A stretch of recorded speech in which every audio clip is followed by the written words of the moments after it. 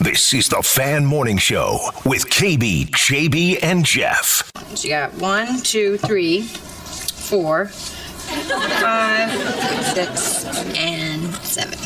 There's 7. The give is to Taylor. Cuts off a block. Veering to his right. He's at the 10. He's at the 5. He's going to score. You know it. Touchdown. I-N-D-Y. Shotgun snap for Jones. Looking left. He's going to take a shot and throws a laser towards the pylon. And that is a catch for Michael Pittman Jr. There's a penalty on the play, but Pittman scores a touchdown as Pittman snared it in with one hand on a 21-yard absolute dart. Under center, Jones on first down. They give it to Taylor, left side. He's at the 20, 25, 30, 35, down the sideline, 40, 50-yard line, still going. Taylor up in the sideline. He's got a chance. 10, 5, touchdown!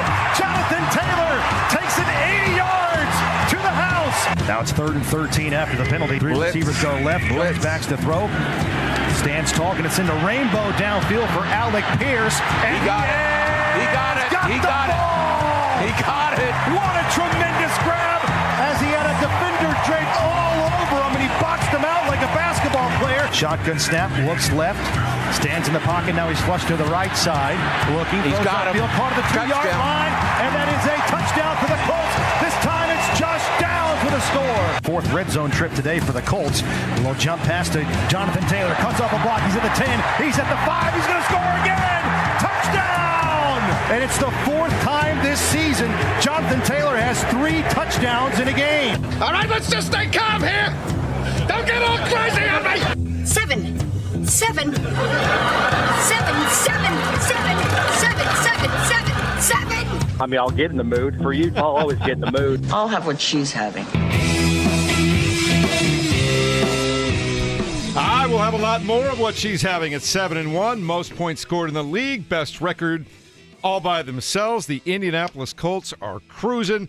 We talk every week about how special it is right now to be an Indianapolis Colts fan, an Indiana Hoosiers fan, a Purdue basketball fan, and all those kinds of things. And I want to do that again this morning. And good morning, Kevin Bowen. Good morning, James Boyd. Good morning, Mark Dykton.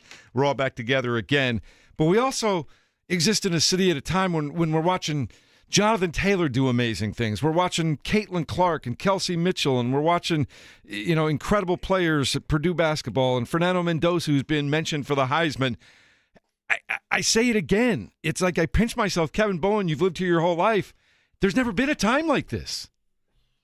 I can't remember. There's never been a time like this. Yeah, I would agree wholeheartedly with that. I felt like I've done this show already, like 5 different times this season. And, usually when I've said that in the past, like I feel like I've done the show before. It's not in the light that we talk about these Mondays. Like the Colts have had 5 walk-on moments this season. Like, again, walk-on moments. Put everybody in the game. Put all your, like, that does not happen in the NFL. It's another Sunday. It's another ass-kicking by the Indianapolis Colts. And, I'm at a loss of words. I need to find them because that's my job. But it is absolutely absurd what they continue to do. James Boyd, good morning. You were at the game yesterday, Lucas Oil, and they just start strong. They finish strong. JT amazes you time after time after time. The 80-yarder yesterday where he's bouncing off tacklers and staying in bounds simultaneously might be the best run of his career, and that's saying something right there. What do you think? Yes and no, because I feel like every week we look at a run and we say that's the best one. So, and honestly, I think the one he had against the Titans in week 3 where he broke like 4 or 5 tackles might have been a little bit better, but I mean, I'm nitpicking here, right? So I think the craziest part about this, and I looked this up after the game, Kevin. So JT goes off. Buck 53, I think, on 12 carries, 12.8, something like that, yards per carry, single game franchise record. And then I look at Daniel Jones, 21 of 29, 272, and a career high passer rating of 136. So, I mean, pick your poison with this Colts offense right now. It is as good as advertised. And the simplest way I can put it is that they entered the game averaging a league high 33.1 points per game, and they raised their average. Like, how ridiculous is that? They scored 38 points for the 4th time this season, I believe, which is just a ridiculous feat for a team that, again, we haven't seen an offense operate like this ever. I know we want to say since Peyton Manning, since Andrew Luck, no, ever. So this is pretty special stuff. It's amazing to watch, a lot of fun. And I know quickly, Pacers last night, they're down 7 guys. And on the road, I know Anthony Edwards left the game, but they were right there to the very end, the last couple of possessions against the Minnesota Timberwolves, Kevin. Yeah, when I say I've never seen anything like it, I include the Pacers' injuries right now. I mean, yes, I think, Jeff, you were referencing Colts and IU football mainly in the same time. But right now, with where the Pacers are at from a health standpoint, it is stunning, especially 3 games into a season. Obi Toppin leaves last night. I believe Rick Carlisle said hamstring injury. I mean, I don't think you have many owners in professional sports tweeting in Game 3 of the season, hell of a freaking effort by our team. But that's what Steven Simon was tweeting last night in a loss, because that's just how dire the situation is. I was watching the game Saturday night, and again, this is Game 2 of the season in the first quarter, and they have a backcourt of Talon Peter and Ray J. Dennis. Like, that's a backcourt for the Noblesville Boom on opening night. That's not a backcourt for the NBA team in the first quarter of Game 2. And that's the reality of where they're at right now. It's just, I sit here, I'm like, we can't even talk about the Pacers in like a serious manner. We just have to talk about the injuries. Yeah, it's been tough. We joked on Friday's show that James might have to suit up for him. That might actually happen at this point. You know what? We're getting very close. Maybe the Boom, so they can elevate one of those guys. Yeah, I did break in the Halliburtons yesterday. Shout out to JMV. Got a nice little hoop session in with him. By the way, I'll give credit where credit is due. JMV was carrying us the last game, and he was shooting that thing, as my pops would say. But, yeah, watching the Pacers over the weekend, obviously I didn't catch the game last night live, but even looking through some of the headlines and watch some of the highlights back, man, after I got back from obviously covering the Colts game, it's rough right now. And it just shows you how close they were and how far they are now from getting back there, back to, to the finals, to being a contender, to being at that level. It's unlucky, to have your best player go down in a Game 7, but also now just have this, it feels like this like injury bug going through your team where every guy is leaving with a soft tissue thing. And I guess the silver lining there, hopefully, is that none of these injuries, even Bennedict Mathurin, I think he's dealing with a toe injury right now. It doesn't sound like these are like, super severe things. It's just that stuff that, if you compound it on top of each other, it's hard to get through all at one time. Well, that's where we're at right now. We're going to be talking a lot about all those things, especially the Colts, who are off to a 7-1 start. Not just number 1 in the AFC, number 1 in the NFL, and they've outscored every other team in the league. I think the second closest team is Dallas, who scored 24 points fewer, and Dallas is 3-4-1. So that's where the Colts are at right now. It's a lot of fun. We're going to ride this wave as long as we can, but you start to ask the question now. 8 games into a 17-game season, do we start thinking about that last game of the year yet, Kevin? Do we start saying, hey, this is possible? This is something that is within the realm of possibility at this point in time? Or do you still want to see this rugged second half of the schedule play itself out? Am I allowed to get a little sentimental here in the opening segment? Yeah. Okay, I hate to, kind of bring it down to a little bit of a Debbie Downer here, but certainly thoughts and prayers. Mark, care if you play the audio here. It's a great night to be a Tiger. I'm here with my family. Poor guy. Can we really enunciate maybe that? Jeff brought up the last game. Can we really enunciate that last word there, Mark, if you don't mind on that, It's a great night to be a Tiger. I'm here with my family. Mm-hmm. How did he spell family in that instance there? I think there was an H in there, maybe. A UH, yeah. FAMUHLY. Thoughts, T's and P's. Yeah. To Baton Rouge. He's going to go buy his own island to retire on, probably. And Coach Kelly. He was doomed from the time he made that one of my interview. favorite people, just someone I loved cheering for. And, yeah. Just really a bummer to see. So wanted to make sure I sent out my best to Brian Kelly. Everything's going your way this morning. Thank you for letting me sneak that in there. We're going to keep banging it. $54 million. The fake accent is crazy. Saw a picture of Dad Marcus Freeman holding baby Brian Kelly, making the rounds yesterday on Twitter. And, I know everybody's got an opinion on Twitter. There are some moments where it makes me laugh very hard, and that was one of those. So thank you to that. Twitter is extreme these days. It's really awful or it's just the best. One of the two. There's no in between. All right, we got a lot to talk about today. Colts win. Pacers starting their season. Indiana basketball off to a nice little start, and we already know Indiana football is cruising. We'll break it all down for you. Take your comments as well. Looking for your headlines, Mark. They can find that where? At Morning Show 107.5 on our Twitter account. All right, go check that out, and we'll reveal those a little bit later on today, but lots to do, and we'll get to it. And we got a Colts player coming up later today too, Kevin, correct? Yes, Tanner Bordellini going to join us at 7:45. One for the big dudes up front. I think they deserve some credit in this. So we've had Jonathan Taylor on this year before. Figure, let's go with the Wisconsin center there. I like he can tell us all about JT at Wisconsin, too. It'll be fun. Well, maybe. Well, they weren't teammates. Yeah, no, they weren't teammates, but he knows the legend. They were both on campus, but they weren't that far I can tell you apart. about JT. I covered him in college. They weren't in that Illinois far and apart. crushed us. There you go. All right, we'll do it all next as we continue on 93.5 and 107.5 The Fan. It's a great night to be a Tiger. I'm here with my family.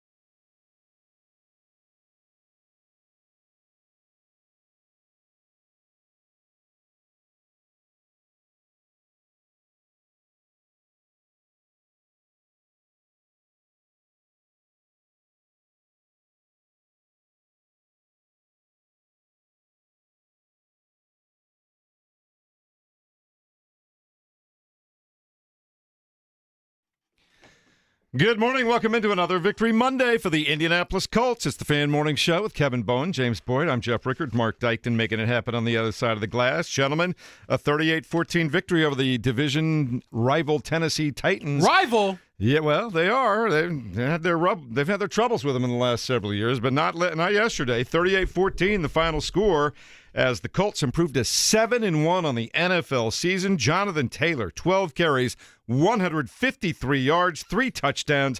Daniel Jones had 272 yards and 3 TD passes. Michael Pittman Jr., 8 catches, 95 yards, and a touchdown. I ask you, James Boyd, is Jonathan Taylor the early pick for league MVP at this point in time? Honestly, his best competition might be his teammate, Daniel Jones. So I would have JT number 1, Daniel Jones number 2. And it's not a homer pick, honestly. They've been playing some outstanding football as of late. And every time JT touched the ball, it seems like he is making history. I mean, there were so many, like, ESPN stats and info updates, and I got a few from my end at The Athletic, and then you got CBS Sports putting out stuff, and every single time a list came out, it was like JT and a bunch of Hall of Famers, which is what the trajectory that he's on currently and continues to make a case for. Specifically, Kevin, the first player in NFL history with 3 rushing touchdowns in 3 consecutive games. It's hard to believe that's never happened before, but we've watched it in the last 3 weeks. Yeah, I think technically the last touchdown was a shovel pass, so that one went as a receiving touchdown there. Yeah. But 3 total touchdowns. It's utterly amazing what he's doing. You know, maybe we can get into, okay, why? Why is he taking his game to another level? I know it's a question I've gotten quite often. I think it's hard to answer, but maybe a little bit around that. Shout out to Michael Pittman Jr. I thought he set the tone in the first half in helping you build that lead. It's one of the best catches I've seen, and certainly from Pittman in his career, and it's a shame he couldn't get over 100 yards, as once again the Colts had to go walk-on ball in the fourth quarter there, which kept him away from 100 yards. How would you grade his slide? Did you see the slide that he had? The slide from him. That made me laugh because I've never seen a wide receiver slide in my life. That's when you know you're beating the you-know-what out of these teams, when Michael Pittman Jr., the man that loves contact more than I love the Daisy brand dips, goes for a slide in the middle of the field. So the Colts improved to 7-1, and what's next now, James, as they get ready 2 weeks from now to go across the pond, but in the meantime, they got a game coming up already next Sunday. We'll start. Yeah, this is Mark's favorite game of the year. Got a chance to, beat down on old Aaron Rodgers out there in Pittsburgh. So one thing to clarify, the stat I think you threw out there, Jeff, it was 3 straight games, I believe, with 3 touchdowns against the same opponent. Okay. So, yeah, JT whoops up on the Titans like I do, I guess, against like my nephew or my godson when I play against him in basketball. Wow, you don't take it easy on him, right? No, God kids, they got to get that work. He's that guy on the video that's batting the ball away from the little 4-foot basket from the 3 and 4-year-olds. Well, I mean, the first time that Kevin showed me a picture of his son holding a basketball, I told you I've dropped 30 on him. So I mean, that's the standard we got to have around here. Like I did at training camp, I'd also like to volunteer if the Colts would like me to give a motivational speech heading into the game. I'd happily do it for free. Just let me know. I'd be happy to pump you up. So last night on Sunday Night Football, the Packers got a win over Aaron Rodgers, 35-25, as the Pack beat the Steelers. Conflicted on that one at all, or you just wanted misery everywhere? No, well, I wanted a meteor to drop, quite honestly, in the middle of the stadium, but that wasn't going to happen. But so then I was like, okay, I'll roll with the Steelers because, Aaron Rodgers is gone now. I guess I'll pull for the team he plays for, not necessarily him. And he couldn't even win there. So I'm like, see, this is why I don't like you. Because even when I try to like you, you don't allow me to do it. So stick it, Aaron. All right. The other divisional game yesterday that the Colts and their fans were worried about, Houston Texans look good. They beat the 49ers at home 26-15. Jacksonville was idle yesterday. That's what's happening in the National Football League. Tonight, it'll be the Washington Commanders, the Kansas City Chiefs on Monday Night Football. That one starts at 8:15 on ESPN. College football over the weekend, Indiana just a beatdown, KB, over UCLA, 56-6. Show no signs of slowing down, doing what they're supposed to do as a number 2 ranked team right now. Can I provide some homework for Scotty? So yeah. That's now 2 50-point Big Ten wins, right, for Kurt Cignetti's bunch this year. When's the last time Indiana's had 2 50-point Big Ten wins? Period. Like, not in a season, ever. That's my homework for the great Scotty Johnston here on this Monday morning. Yeah. UCLA, welcome to the club. I got the Illinois shirt hoodie on today. It took me a month to put it back on. Unbelievable. And, they scored 56, and Omar Cooper Jr. and Elijah Surratt were just, they just kind of hanging out. A couple catches, nothing too crazy. You know what's crazy? Indiana can reach that gear even without their stud wideouts doing that. To that point, some kind of way last night I came across Cignetti's speech that he gave when he got hired at Elon, and the same vigor and conviction that he had there is basically the same message he gave when he got hired at IU. So that man has self-belief like no other. And I think when you have that and you build that over years, it's hard for your players not to believe in that right now. And as we see, they're a legit national title contender. Fernando Mendoza in limited work because they left the game. 168 yards and a touchdown. The team ran for 262 yards as a group. Next week, they will take on Maryland. That will be a 3:30 p.m. game. You'll hear it here on 93.5 and 107.5 The Fan. The NBA last night, Indiana Pacers, they were right there till the end. They were within a bucket, less than a minute to go, but they end up losing 114-110 on the road to Minnesota. Not one, not two, not three, four, five, or six. 7 players unavailable by the end of that game last night, Kevin Bowen. It is insane what's happening. Yeah, I've never seen anything like it, particularly, game 3 of an NBA season. So I thought I saw Scott Agnes report they're kind of nearing potential medical hardship to where they could get a guy on a 10-day contract. I think there's a certain amount of time where you have to be out, and then that player has to stay out for X amount of weeks as well. So James Boyd and JMV will have a shoot-off for that, maybe, and have to, join the team in Dallas. He's stretching. Shoot-off? I'm giving it to JMV. He can shoot. Lights out for sure. But if you need a little defense, a couple of fouls, a couple of point guard duties, I think I got you. Fouls. We're looking for fouls, James. 5 minutes and fouls. That's what we're looking for. Hey, I got you. All right.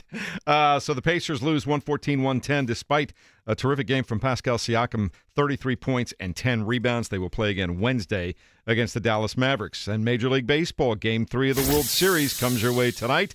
That one will start at 8 p.m. on Fox. Series all tied at 1. Max Scherzer scheduled to go up against Tyler Glasnow, who I think, didn't we see Tyler Glasnow for a while with the Indians not too long ago, Mark? Back in his day. Yeah, back in the day. All right. Anything else you guys want to throw in right now before we get going? Not really. I do want to say I feel like the big story that we went into the weekend with was the whole NBA gambling thing. There's not a whole lot of updates from that. It's just been a reaction to all of what has happened. So very curious to see what the next things kind of trickle out from that effect. Just college basketball from over the weekend. Yeah. I know Purdue played down in Lexington on Friday night. They actually lost that game. Kentucky, for the most part, looked like they were pretty much in control throughout. Purdue struggled mightily shooting the basketball. 3 of 17 from 3. Braden Smith, Fletcher Lawyer, 6 of 24. If you're a Purdue fan, you'll probably point out, they've lost the exhibition game every year with Matt Painter on the road at Creighton and at Arkansas. Watched some highlights. They definitely missed a ton of open looks in that one, but Kentucky was down a couple of their frontline guys. Indiana came back to beat Baylor yesterday over at Gamebridge Fieldhouse. They overcame struggles from 3, great from the foul line there. Made some plays in the final minute there. So we now transition into a little bit of exhibition action again this week, and then pretty much next week is when we get started for real in college basketball. Yeah, Lamar Wilkerson, terrific in that game for IU, 28 points, and Tucker DeVries also had 18 points. So we'll keep an eye on all that. That was an exhibition game at Gamebridge as well. That's what's happening in the world of sports. Tyler Bordellini. Say it for me. I can't say it this morning. Bordellini. Say it. Thank you. Tanner Bordellini. Thank you. That's where I got confused. The whole thing. Oh, good. Trying to be one Nothing word. says offensive lineman like join us at 7:45 a.m. I love the it. morning I after did think about that. I love it. All the time. I love it. Now, I love giving the big guys some love, man. We'll do that as we continue. 93.5 and 107.5 The Fan. I will get my mouth attached to my head in a moment here.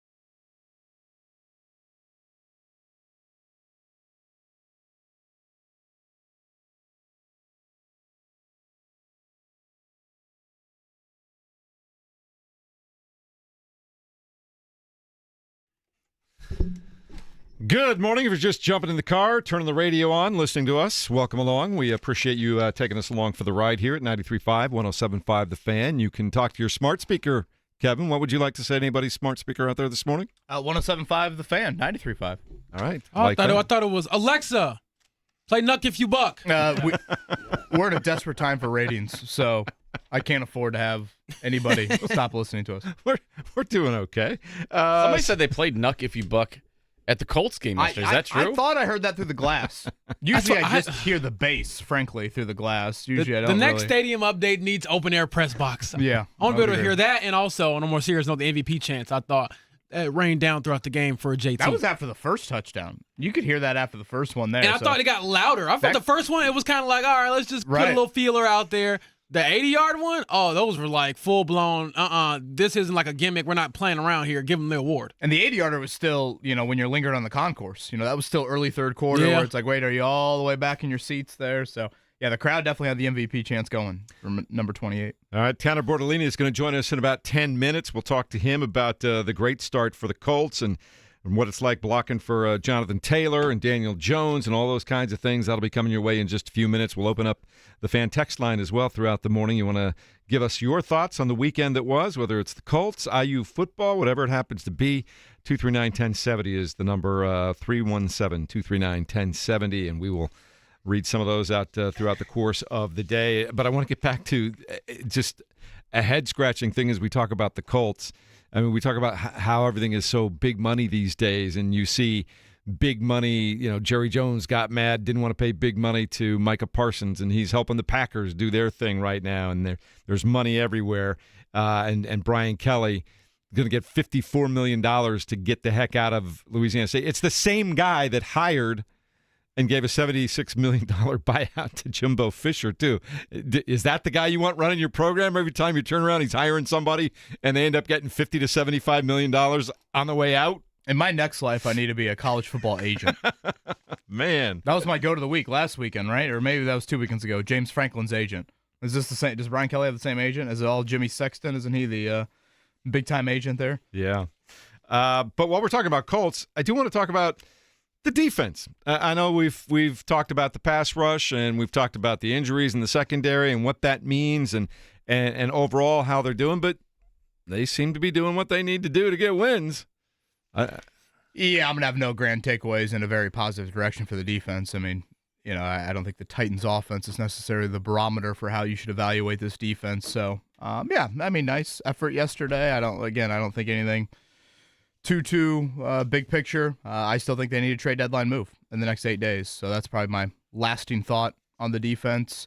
Obviously they did a nice job holding Tennessee out of the end zone for the bulk of yesterday. I thought Tennessee moved it decently well. I want to say 7 of their 10 drives got to Indy territory. I thought Mike McCoy had some wild decision-making in punting the ball near midfield, past midfield. It looked like Brian Callahan was coaching from week 3 again. I don't think his quarterback liked that decision. I was going to say, if I were Cam Ward, I would have been irate. He was. They were showing him on the sideline. He was not a happy camper. And that led to an immediate Jonathan Taylor big old run, I believe, did it not? Again, James, I'm sure you've gotten this a lot.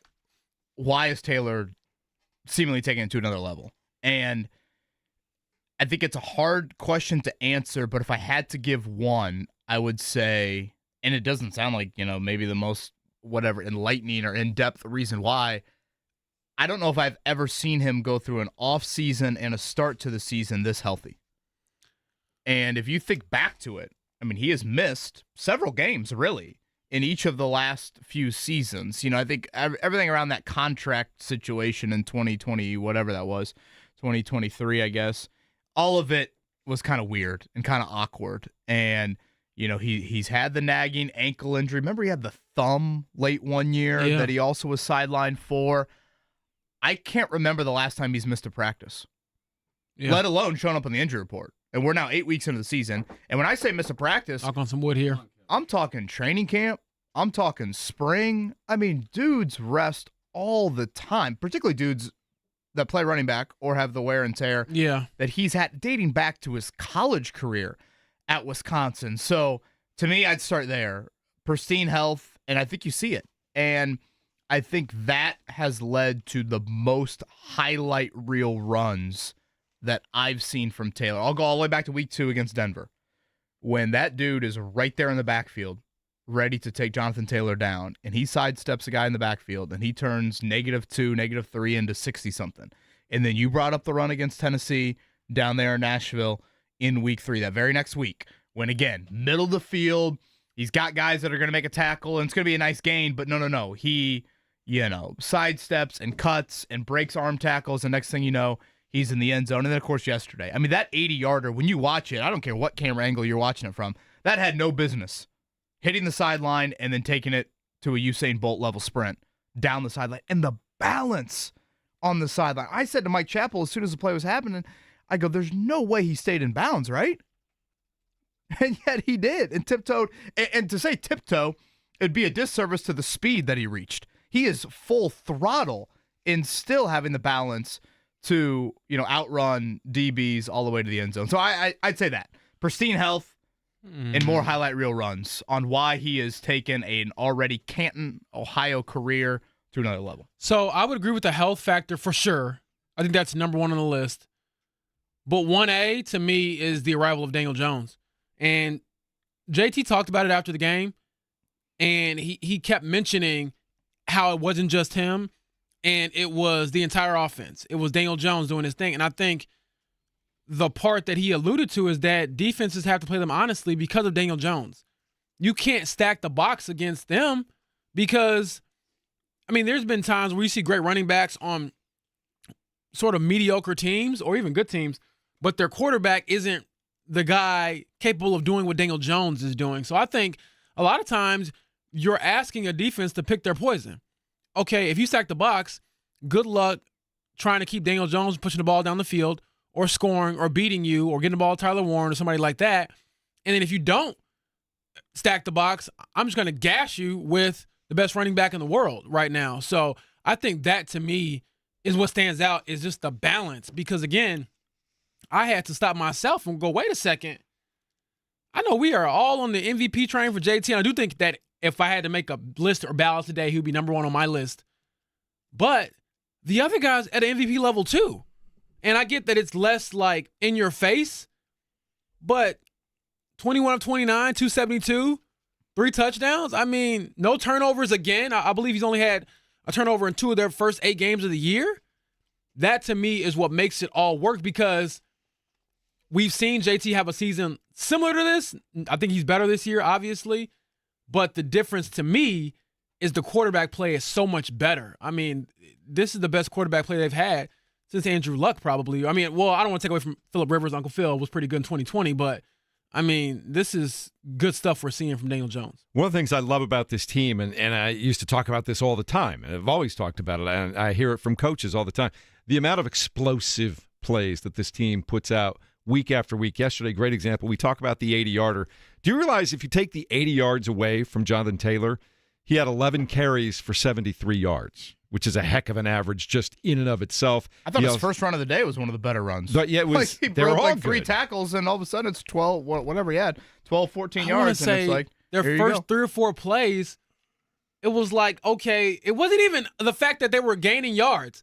Their first 3 or 4 plays were like 15 yards a pop. Boom, boom, yeah. Yeah. And then they got a field goal, and I guess that they got a little annoyed with that, and they started doing what they usually do, which is score touchdowns. Play that kind of stunted that opening drive. And Jeff, to your point, how about the balance? Again, they haven't had a 100-yard receiver through 8 weeks. That's kind of wild to think. You would think you just kind of fall into a 100-yard wideout or tight end, and they haven't had one yet. Again, part of it is because the Colts have played walk-on ball in 4 of their 8 games this season. You don't empty the bench in the NFL. Very rarely. Like, this is one of the very rare weeks in the NFL. If you look around the league yesterday, a ton of blowouts. Yeah. That's not usually the norm at all. But for the Colts, it has been this season. These 20-point wins, 3-score leads before halftime. And, James, what did I say to you on Friday? More snaps for Riley Leonard or A.D. Mitchell? And I meant that in all seriousness, because I thought Riley Leonard would get into the game and would play. It was more for A.D. Mitchell, to be clear. A.D. Mitchell did play a sprinkle of snaps early on in that game. But that's how this team has, I guess, earned the fact that, like, I sit here 48 hours before a game and I feel abundantly confident that the backup quarterback's going to play because That's crazy. I just think That it's is going to be crazy. sheer dominance. And it's such a slap in the face of the opponent, but it's also a massive compliment to the Colts. I mean, It was 10-7, and it ended 38-14. Goodness gracious. and it was over before the fourth quarter started. It's not even like you build to that in whatever the final 5 minutes of the game, and you kind of backdoor your way to that number. It was, I mean, your last points were scored early in the fourth quarter? Yeah, we have someone on the text line saying, I think JT trusts DJ to put him in the right place to make the run, but more importantly, to make a catch or the block. That's why he's improved so much. He's also talked about that. After last week's game, I was asking JT what's the difference this year he feels, and he kind of, I'm paraphrasing, but he described it as if he was taking a test with all the answers already. And the teacher giving you the test is your teammate. He's like, make sure you key in on that. Make sure you know that check right there. Make sure you know this. And so he's playing the game on, Madden Easy mode, and he's already as talented as he is, so it just supercharges what we're seeing. Yeah, I think that is a big part of it. I also think his ability, I go back to health, his ability to get to that extra gear at the second level. Like, I just feel like he revs it up so much quicker, and he's always revved it up. But that home run speed, I mean, that 80-yard run, he made DBs look like they were linebackers. Or D linemen. He's not supposed to move that fast at that size. Right. Well, everything's going well for the Colts right now. The running game, the receiving game, the quarterback play, the offensive line play has been terrific. And here to tell us more about that, Tanner Bordellini, the offensive lineman for the Indianapolis Colts on the Payless Liquors hotline. Good morning on another Victory Monday for the Indianapolis Colts. I would guess that you're okay with this getting old, this Victory Monday thing, right? No, it has been a lot of fun to be a part of, but I got to keep them rolling. Absolutely. Tanner, when you look at what this team is been able to do offensively, how impressive is it, or how much fun is it, rather, to be a fan every now and then? Like, for example, when you're blocking for a play, I don't know how often you get a chance to just sit there and watch the rest of it, but when JT goes for 80 yards, what's your reaction to what you're seeing on a regular basis? I mean, it's pretty awesome. I think you see some of the plays our guys make week in, week out. It's always extremely impressive, watching JT break that 80-yard touchdown. Something that I don't think ever gets old. I think the kid inside you lives a little bit watching him make plays like that, and it's you get the chance to be a fan again. You see Pitt make a grab like that in the end zone yesterday. It's like, oh my, did you see that? I think we're just as excited as the fans are, and it's been a lot of fun to be a part of. And I think I can speak for everyone on the offense when I say we're having a blast out there. Tanner, my did you see that moment was when you out-jumped Shane Steichen on the sidelines there. Shane's got to get his vertical up. Oh, so Shane tried to get me on one last week, and I missed him. I misread the situation, so I was like, I got to get him back this week. So I made sure to get up there. I'm pretty sure this next game will be dialed on it. He'll be ready to roll. He'll get some height on that jump, but no, I think we both get a little pretty fired up when our offense is rolling like that. It's a starting center for the Colts, Tanner Bordellini, with us here on the Payless Liquors hotline. 7:45 a.m. on a Monday. What is your Monday routine? Headed in now. About to get some treatment. Heal up whatever. Not feeling great, but I think everything always feels a little better after a win. But no, get healed up, get a lift in, hit some meetings, watch the film, break it down, see what I can improve on. Just personally going through the next week, because I think it's about getting better week to week, seeing what we can improve upon every game, win or lose, and then just enjoy the rest of the day. Tanner, why do you think this offense is performing and executing at such a high level right now? What's been the key? I think it's just everyone doing their job. I feel like right now we have 11 guys that know if I can do my job, we have tremendous talent at all those other positions where those 10 other guys are going to go do some great things if I give them the opportunity to. And everyone buying in every week, every game plan. I don't think there's a single week where guys are preparing different. The routine and consistency has been at a premium, and I think guys just really being focused and wanting our offense to keep excelling the way it is. So, Tanner, obviously as a center, you touch the ball more than anybody else.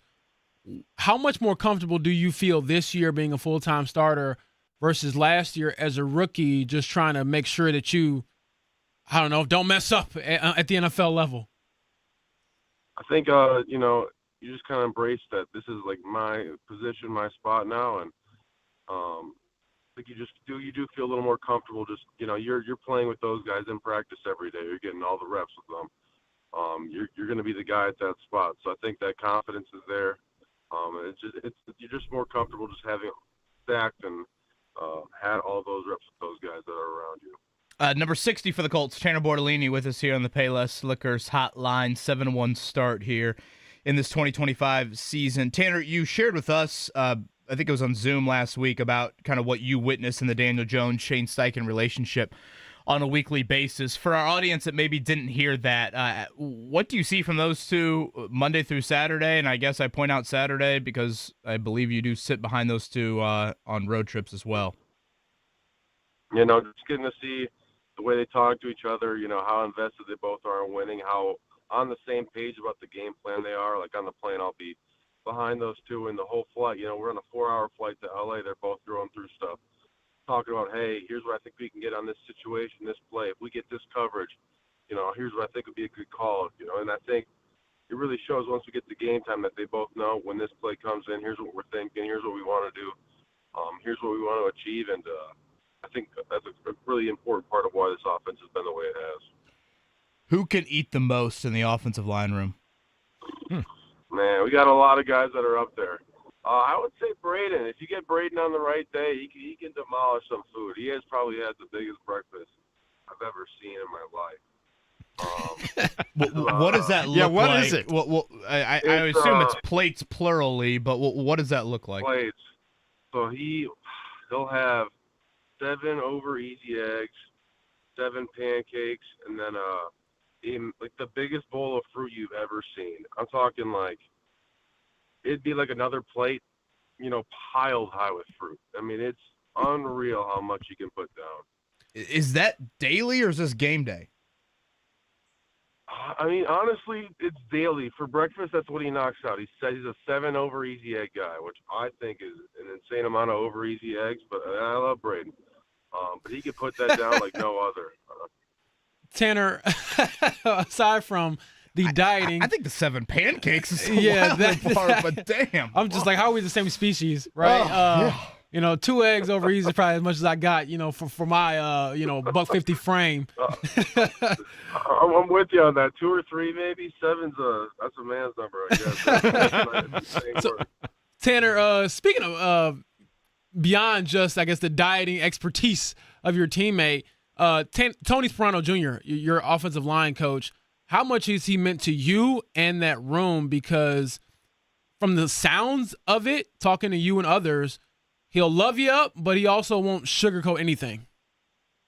No, he's been huge, and I think that's a great way to do it. I feel like you always know what he's telling you is true, and it's what he actually means, and I think it's a great thing for a coach to have. And again, as a player, it's not always going to be perfect. You understand that, but if you take the coaching for what it is, I think you can grow a lot from it as a player. It makes our group a lot better because I think we all see that the same way. Where look, we know we're not going to be perfect. It might not always be what you want to hear, but sometimes it's what you need to hear. And he does a really great job at telling you what you need to do better, but loving you up on the things you do well. And then just having us ready for games. He does a phenomenal job at. Does he have an inside voice? Sometimes. He also has an outside voice. He's got a little bit of both. But he finds that happy medium of, knowing how to coach each guy. Tanner, last one for me. We really appreciate your time here on this Monday morning. Do you have a favorite Jonathan Taylor run from this season? I mean, that 80-yard one was just pretty electric there. There's so many great ones, though, that, this is a really good problem to have. I really can't choose one. I feel like every week there's one where I'm like, that was unbelievable. But that's just the kind of runner JT is. He gives you something like that week in, week out. Well, it's great to have you on this morning. You're welcome anytime. Try to keep up with the pancakes and eggs, though. I mean, you got to stay big and stay strong, right? Let's go. All right, buddy. Thank you. Exactly. Appreciate you having me on. Take care, guys. All right, there he is, the center for the Indianapolis Colts, Tanner Bordellini. I got a little bit of indigestion hearing about that that You got breakfast. Indigestion, man. It's a lot of pancakes and eggs and fruit all at one sitting. I don't know. I can't deal with that, but that's a lot of fun. It's got to be a blast blocking for Jonathan Taylor, though, right? Yeah. I'm trying to think, like, have I eaten 7 eggs this month? I thought you were going to say it's got to be a blast eating that. I just pray for the pipes over there at West 56th Street after Blast that. somewhere. Man. A blast is happening at some point. Boy. Wow. Yeah, I don't know how I could handle any of that. And Braden Smith, James, there doesn't look like there's an ounce of body fat on No, man. but honestly, talking to a lot of the offensive linemen through the years of covering the NFL, some of them actually don't want to eat that much, but they kind of have to keep the weight on. So it's always interesting if, like, hear from the ones who've retired and they drop a lot of weight because it's like, oh, Sure. I don't have to, like, stay, at this certain playing weight. But as Tanner pointed out, I'm sure Braden Smith doesn't mind when you're 7-1. And if you go back and you watch some of those early Taylor runs yesterday, honestly, probably those first couple drives. Yeah. 465 wide holes. Yeah. And there are a couple right up the middle. And I think Bordellini, I was glad they highlighted him on the screen to Warren. CBS, I know, pointed him out on that play. There's a level of athleticism as a center. I want to say he either tied or broke, like Jason Kelsey's NFL Combine record for like 3-cone or shuttle, one of those. And basically the thought was him coming out of Wisconsin was this is a super athletic center. Yeah. Maybe, needs to add a little bit more, but maybe needs Braden Smith's plate a little bit more in front of him. But I think you see that on that play, for example, or you watch him get to the second level or pull or things like that. He's a very impressive talent. And, and Ryan Kelly moving on, you have to pass the torch at some positions. You can't just pay everybody second, third, fourth contracts. It's not reality in NFL finances, and they drafted him in the 4th round for a reason, and I think he's played really, really good. And that O-line in general, 8 games into the season, they've been intact for 7 of them. That is a dream, and the Colts have gotten that so far. All right, well, we're having a Victory Monday for breakfast again here for the Indianapolis Colts, who improved to 7-1. We'll be talking about that with you in a moment. Phone lines are open at 239-1070. Also, we'll check the fan text line at 239-1070. Colts are 7-1. Highest scoring team in the NFL. We'll talk about it next. 93.5, 107.5 The Fan.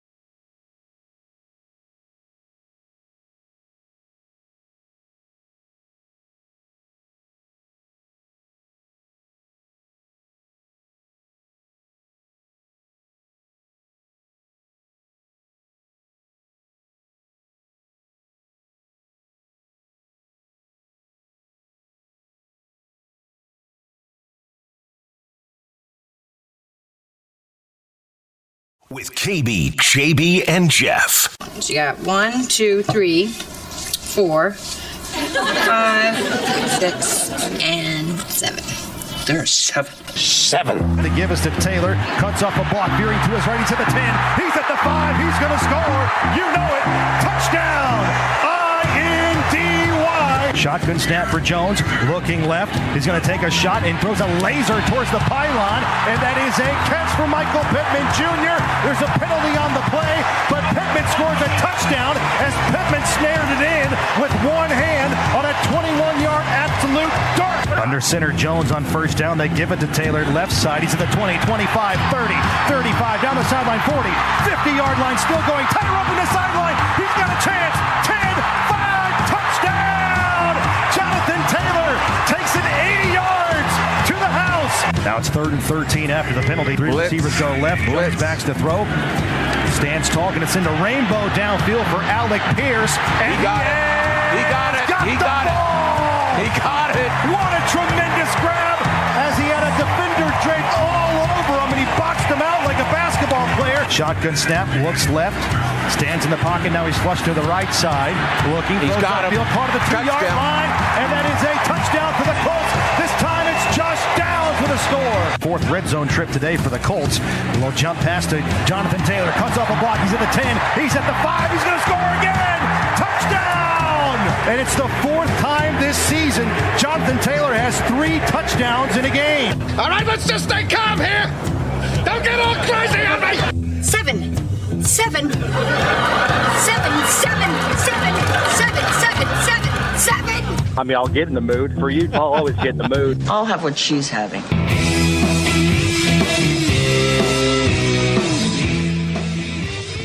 We'll have a lot more of what everybody's having. If Jonathan Taylor is eating it or an offensive lineman is having 7 pancakes, 7 eggs, and a big bowl of fruit, we'll take that too. But the Colts, whatever they're doing, it's working. They are 7-1, number 1 team in the NFL right now, number 1 scoring team. Another victory Monday for the Indianapolis Colts. Good morning, Kevin Bowen. Good morning, James Boyd. Good morning, Mark Dykton. Mark, whatever.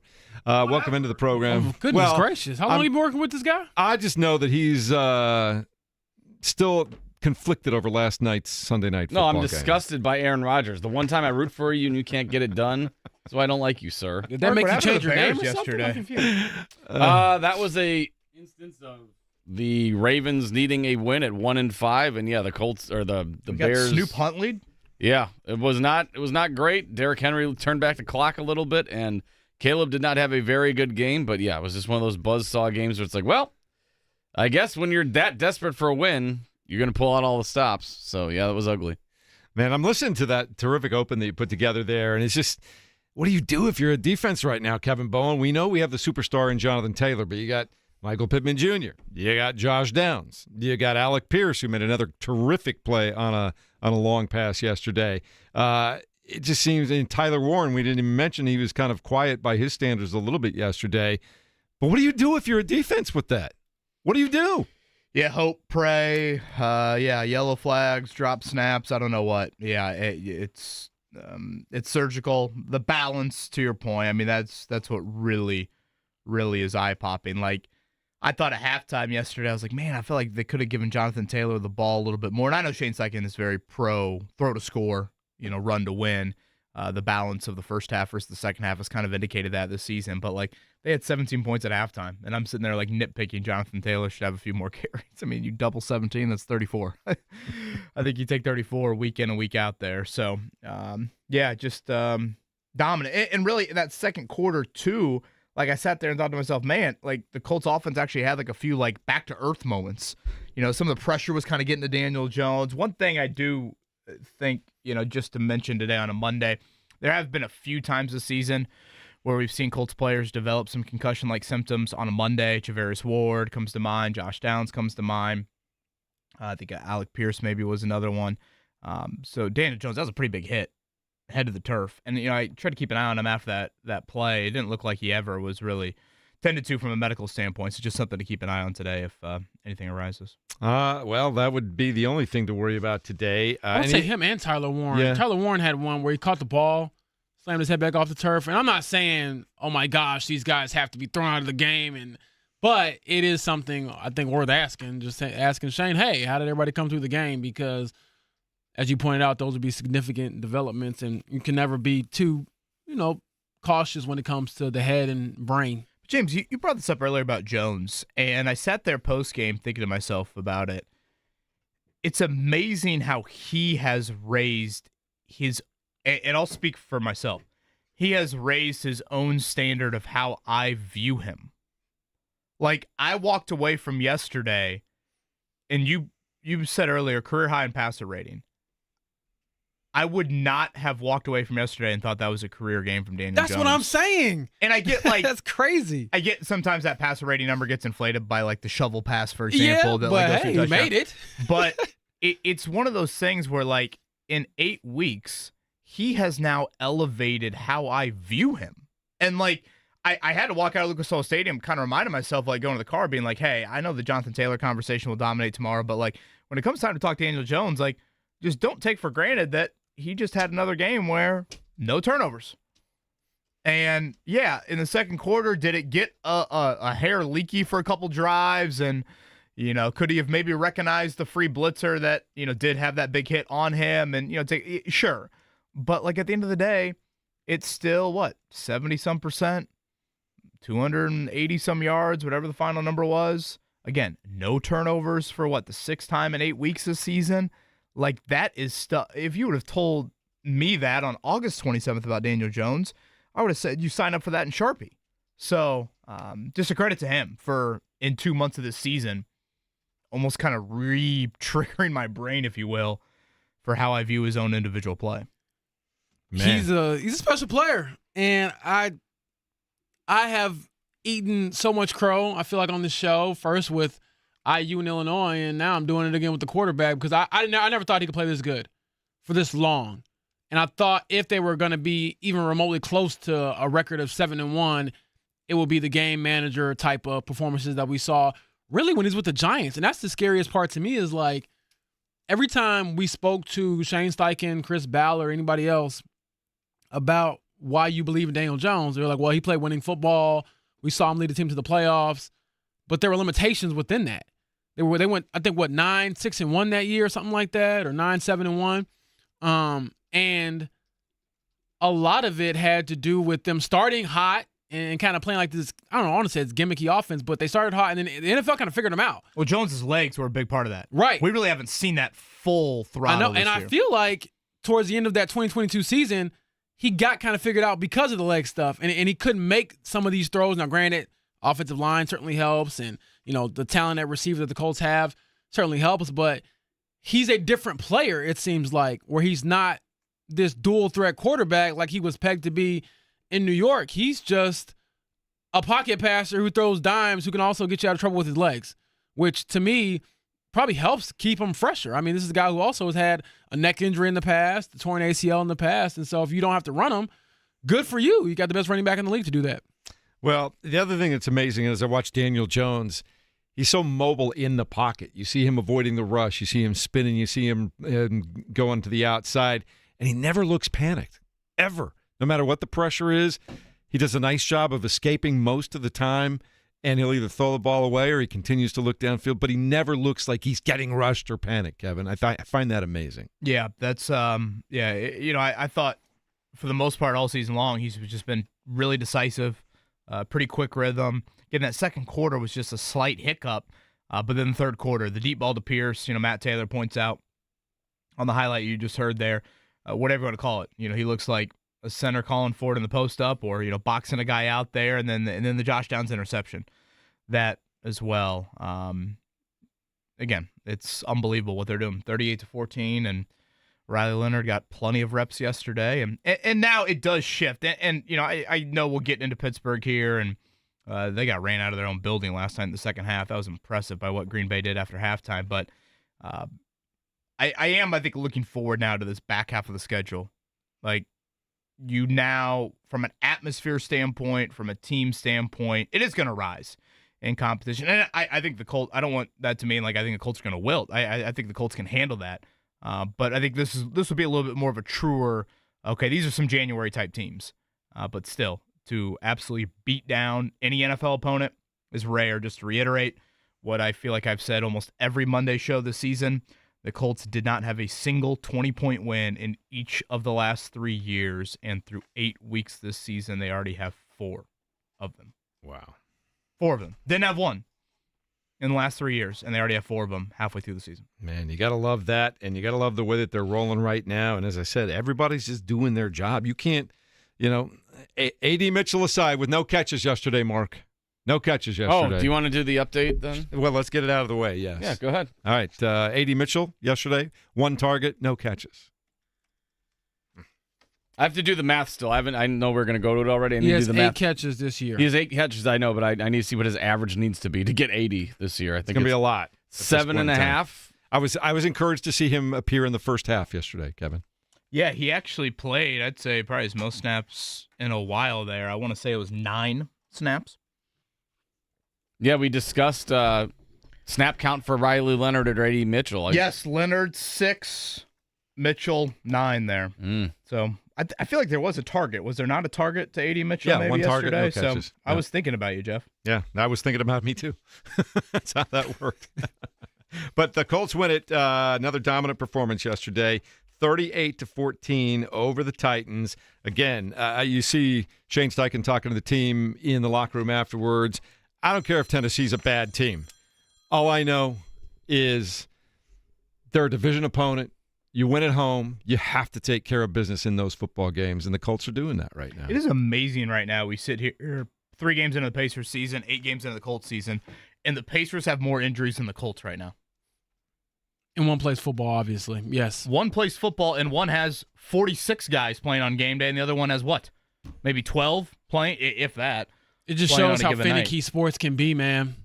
Which is also why, and I was talking to Bob Kravitz about this because I wrote the same sort of story last week. He wrote a story basically saying this offense is Super Bowl caliber. Colts got to make a move defensively. And I think that conversation gets louder, obviously, with the trade deadline approaching next week. But on top of that, this idea that you feel like you got a shot and you don't want to waste that because you don't know if you're going to be this healthy again going forward, or you're going to be this good again, or the other AFC South teams are going to be this vulnerable again. So if you feel like you really are convicted in this team, then I think you got to go for it. Was that a Marshall Mathers lyric in there? 1 shot, 1 opportunity?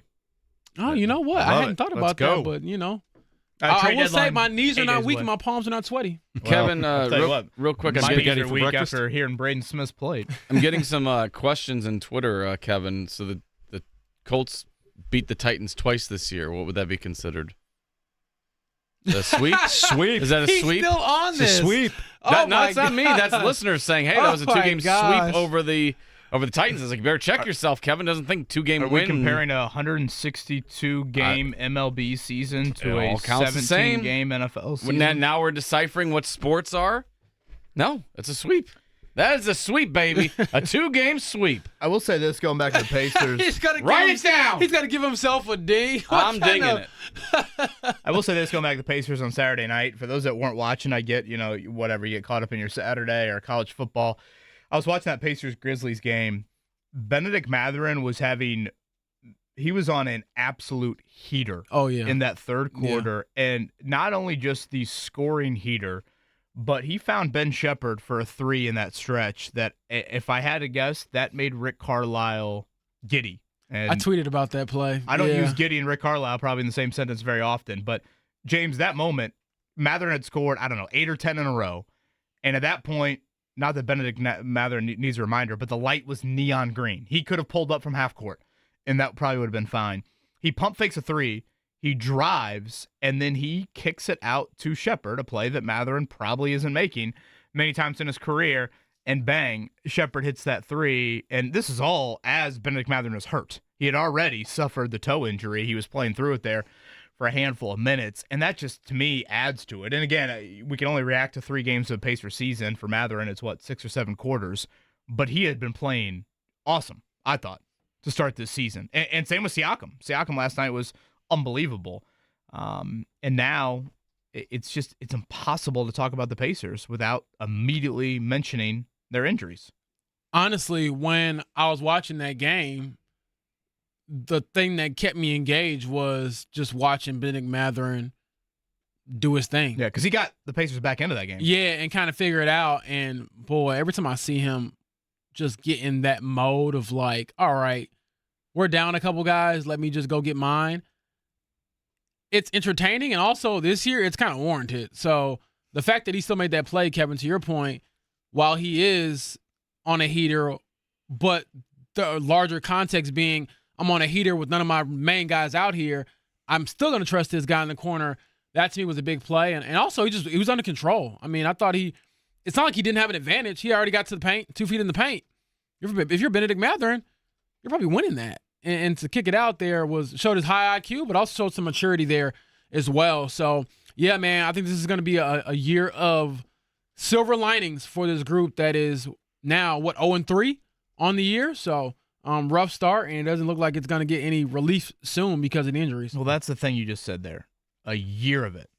That's the question I think I have right now. Is it really going to be 82 nights of it? Are we going to be sitting here saying, feel good this, great effort that? Is that going to be the dominant storyline for this Pacers season? Right now, yes, it is. But the NBA season is obviously very, very long. How long is Andrew Nembhard out for the shoulder? How long is Benedict Mathurin out for the toe injury? I'll throw this quote at you that I got from Rick Carlisle after Game 1. They lost in double overtime. He said, this group is grit, and grit is what our makeup is going to have to be this year. There are going to be a lot of challenges, and we just got to be willing to take on these challenges on a long-term basis. There's not going to be any sugar pill or panacea, I had to look that up, to solve the challenges that are going to be coming every night. We're just going to have an attitude of loving the challenge of how difficult the NBA is when you're not whole. Does that sound like a coach who recognizes there might be some nights this year where we gave an effort, but we didn't get the result we wanted to, or probably deserved? And again, my question is, when does it shift? Does it shift? Does it ever get to the point where, yes, obviously Halliburton is not playing, but does it ever get back to, hey, you're now fully healthy with this group, with this iteration? Because the East is wide open, and if there is a little bit of silver lining right now with the Pacers, if you are going to have the injury situation you have, I think it's best to have it at this point when the schedule's brutal. Just double whammy it. Get it all out of the way. Because I already thought this schedule was really difficult out of the gate, and then try to kind of create a little bit of a run there. But there are big picture questions that this franchise might have to encounter if the injuries continue and if the losing does continue. Again, we're 3 games into it. It's probably premature to even entertain any of those thoughts right now. But if it does, then those are real questions you can't ignore. Well, the one thing I will say is you haven't had any injuries to your center rotation, and they are not good. No, so not.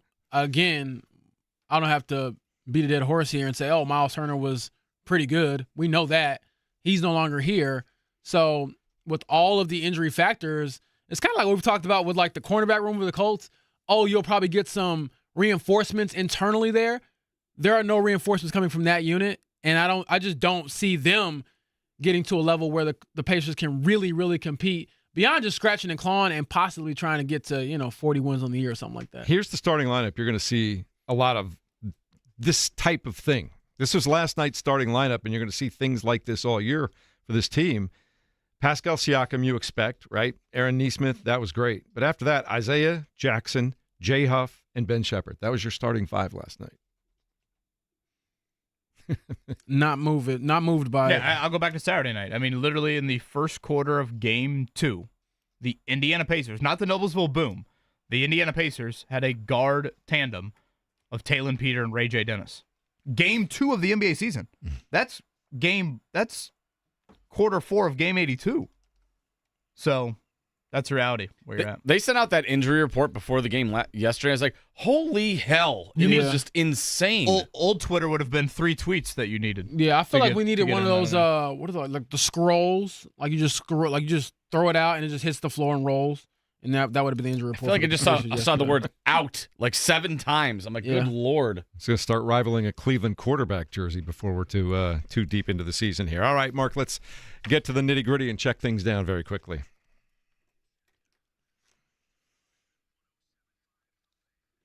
All right, good news for the Indianapolis Colts. They are 7-1. They have scored more points than any other team in the National Football League, and They had the season sweep, Kevin, of the Tennessee Titans, 38-14, the win at home yesterday.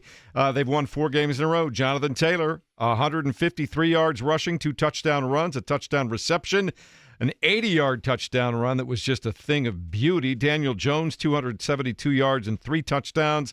Michael Pittman Jr. at 8 catches, 95 yards and a touchdown, and just another 24-point beatdown. They're winning by 3 touchdowns almost regularly now, James. It's crazy. They're the best offense in the NFL, and as the record shows, the best team in the NFL. All right, they got a little bit of a run for their money in the division yesterday. The Houston Texans have improved to 3-4. They might be the second best team. Jacksonville had the day off yesterday. Houston beat the 49ers by a score of 26-15 as they're starting to look more and more like they're supposed to look. Also, late last night, it was the Green Bay Packers over the Pittsburgh Steelers, 35-25 tonight. Monday Night Football, the Washington Commanders take on the Kansas City Chiefs. You do not miss a trick over there, do you? Been waiting. Yeah. Waiting and waiting. We like that one. Indiana Pacers lost a tough one last night. We were talking about that just a moment ago on our Pacers playback today, presented by C&J Water, the official water treatment partner of the Indiana Pacers. cnjwater.com for all your water needs in your home. But they were within 1 possession, less than a minute to go, despite all those injuries last night. Gritty was the word. That's kind of what I was thinking, Kevin, watching that game. Yeah, obviously, James points out the center play has been really, really poor. Watching the end of that game last night, I did think Tony Bradley gave them some decent center minutes, but they have thrown everything at the wall. James Wiseman didn't play in the opener. He started game 2. Yeah. It's crazy right now just how unfluid, if that is even a word, the center rotation has been. So at Dallas coming up on Wednesday, they'll be home for a few and then out west for a long road trip. All right, so that's the NBA. One other note you did point out, too, James. Austin Reeves scored 51 points for the Lakers last night. Yeah, I'm fascinated by anybody who puts up 50 points in any game, and I was a witness to one of them in the season opener for the Pacers on the wrong end of it, I guess. Yeah, Lakers won that game over the Sacramento Kings last night, 127-120. Luka Doncic did not play in that one. Indiana still ranked number 2 in the nation in college football after a 56-6 beatdown of UCLA. I guess Kurt Cignetti sold his team on the fact that UCLA comes in here as a 3-0 team. Don't pay attention to that first part of the year. 3-0. Yeah, honestly, should have just told him, you know what, that team is Illinois. Just beat the brakes off of them like you did the first time. This week's Indiana game against Maryland will actually be heard on WIBC because we got Pacers later on that night. That one will start at 3:30 p.m. Also, Purdue, coming off another loss, will be at Michigan, the number 21 team in the country. And following a bye, Kevin, Notre Dame back at it on the road to take on Boston College. They are still ranked number 12 right now. And we should mention one of the more brutal losses I've seen, Purdue on Saturday. Chance to drive for the game-winning field goal. Ryan Brown, who I think, probably deserves some, at least the respect hat tip for the effort he was given. But he tries to catch his own pass. He does, and then fumbles right after it. Rutgers in field goal range right away. They kick the game-winning field goal. Purdue now ends the slate with 4 of the tougher Big Ten games, so you could be looking at a second straight winless Big Ten season for Purdue. Major League Baseball later on tonight. Game 3 of the World Series starts at 8 on Fox. It'll be Max Scherzer taking on Tyler Glasnow. Terrific first 2 games. Had a chance to watch some of those over the weekend. And basketball last night, Indiana in an exhibition beat Baylor 76-74. Also over the weekend, Purdue lost an exhibition to Kentucky 78-65. Yeah, and again, I hate to get overly sentimental and a little sappy here on this Monday morning. Need a Kleenex? I just It's a great.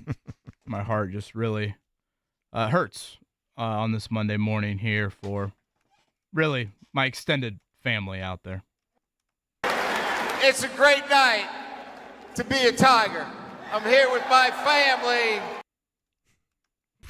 Brian Kelly. In the spelling, if you were in a Baton Rouge elementary school and you were in the spelling bee and they said family mark for, grade 2. I'm still convinced there's an H in there somewhere. Family, an H, a U. Maybe an A to get us back into the second part of that word family. there. How much is he getting to go away, though? $54 million, which if you guys want to pony up, I will happily kick the old dusty trail. I saw Ross Dellinger, great college football writer. I thought he wrote that during the game Saturday night, which LSU had a halftime lead over Texas A&M, that they were going around the suites in Death Valley and asking, hey, how can we pool up the buyout money? Is there anything better than college sports? It was like Catholic churches passing the plate. Let's just pass the basket around. 50-50 raffle goes towards Tithing. Coach Kelly's buyout. 10% got to go towards this guy getting out of here. I love the SEC, and I love when Brian Kelly loses. He sucks. We need that one guy. Did you see the preacher that went viral for like this lady gave out $1,200 and he's like, no. Oh yeah, we need that guy doing the Brian Kelly buyout. I did see that. He only gave 1.2 million. Yeah, he asked for You need to do better than 2,000 that. or something like that, and she only gave 1,200. And he looked at her in disgust, and I was like, whatever church that is, I don't know if y'all gonna see the pearly white gate. I don't know. All right, the greatest of all time, at least of the week, coming your way next on 93.5 and 107.5 The Fan.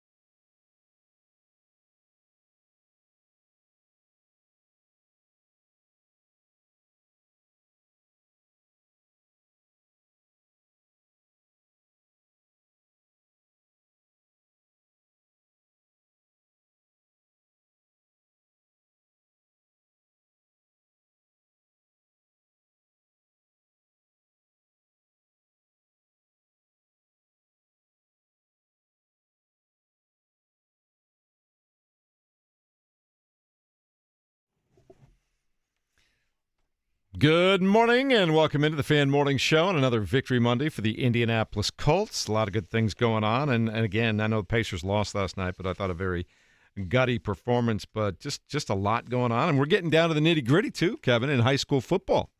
Just about a month left in the season.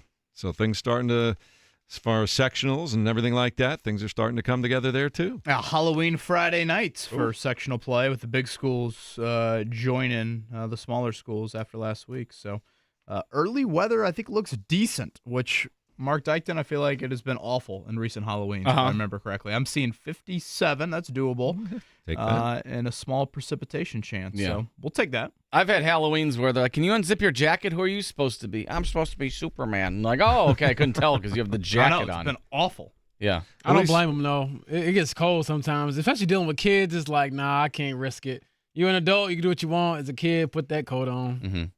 Now, you don't have to worry about the trick-or-treaters because you're in an apartment building, right?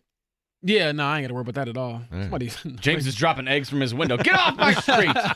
Go I home. wish somebody would try to knock Get me outta off or here. something. I love them like they're crazy. All right, it's time once again for our GOATs of the week. Good, bad, otherwise. Mark Dykton, kick it off.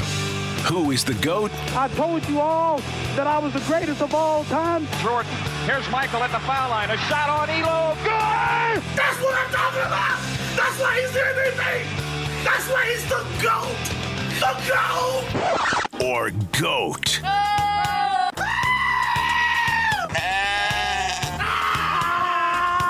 This guy sucks. Of the week. All right, we'll go to James Boyd to kick things off today. You want to go positive, negative? Where do you want to start today? What's on your mind? What do you have to get off your chest? Just got to ask 3 questions in 10 seconds. All right, let's do it.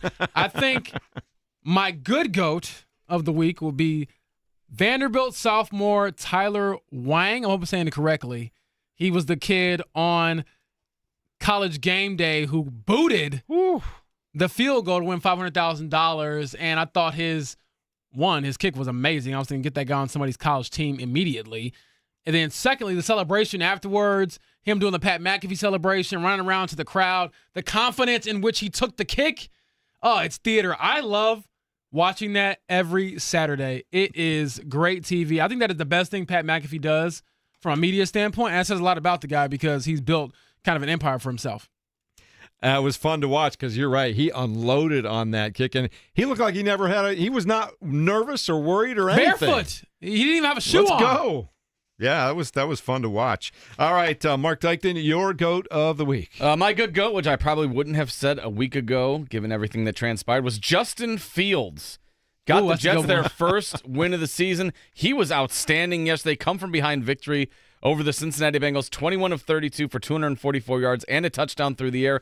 Also added 31 on the ground. Justin Fields was spectacular yesterday. Very nice, Mark, on that one. Sounded like a very entertaining game as well in a week where we didn't have many of those. This was after his owner trashed him, by the way. Right. Down and he the wire. said the owner is just outside noise. Yes. I love that. A lot of debate on MVP, this, that. Maybe we can get into that a little bit later. Like, to me, the best player in the NFL plays for the Cleveland Browns. Oh, my gosh. Yeah. Myles Garrett had 5 sacks yesterday in a 20-point loss to the Patriots.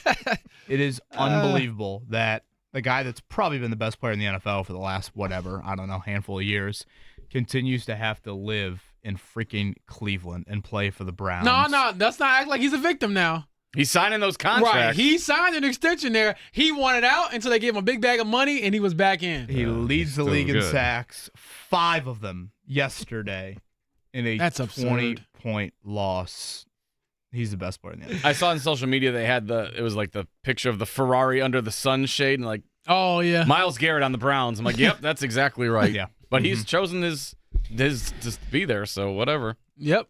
I like that. I'm going to stay local. I was on an airplane for a lot of yesterday, the beginning of the Pacers game. I had internet, though, so I was able to hop around and look at some things and watch the Colts game. But the broadcast I got for the Minnesota Timberwolves game, Michael Grady. Every time I turn around now, Michael's on Amazon. Michael's doing the Minnesota Timberwolves. And our homegrown guy from here in Indianapolis and the Fan, it is so fun for me to just watch his career blossom and take off and do the things that he's doing. I was even talking, I had a chance to catch up with Adam Amin, who did the Panthers game yesterday, because I started the day in the press box down in Carolina, and Adam is like, hey, do you know Michael Grady? And we started talking. I love seeing Michael and guys from Indianapolis develop, and he is just having a great career and right now. And I thought, which is no surprise, knowing Michael Grady and how much he holds, his roots in high regard, I believe I saw the Timberwolves gave Mark Boyle a specific shout-out during their broadcast. Mm-hmm. And so I assume Michael Grady was a big spearheader in that. So I believe they put Boyle on camera there and acknowledged, what is this, year 38? Is that right for Mark Boyle there? So no surprise knowing who Michael Grady is and how much he appreciates how he's worked his way up in the business. It's just so fun to watch. So proud of just even having been able to work with him for a few minutes. Go ahead there.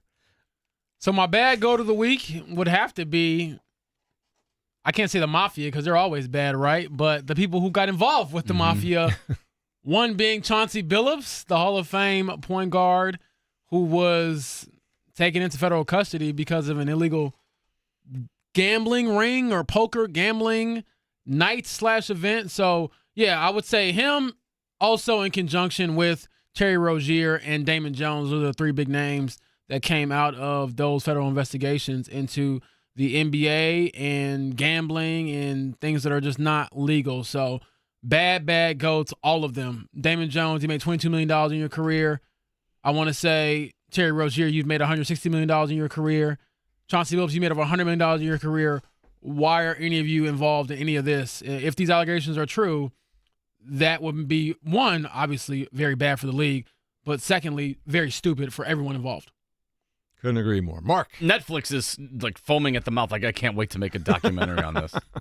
Because that's exactly what it is. It sounds like a James Bond movie. It's on all the details. They're going to have to do that with a couple of cameras that can get in between the prison bars, because that's where some of this stuff is going to head. They're going to use the phrases Mr. Big Shot and Scary Terry throughout the entire documentary. I'll keep my lowercase goat pretty easy since I've mentioned it multiple times. Aaron Rodgers kissed my ass. Like, I was supposed to – I don't like you at all, and then I root for you, and you got your ass kicked by the Packers on national television. Stick it, man. Like, I'm sick of you already, and the fact that I even, tied my wagon to you, disgusting. Horrible performance.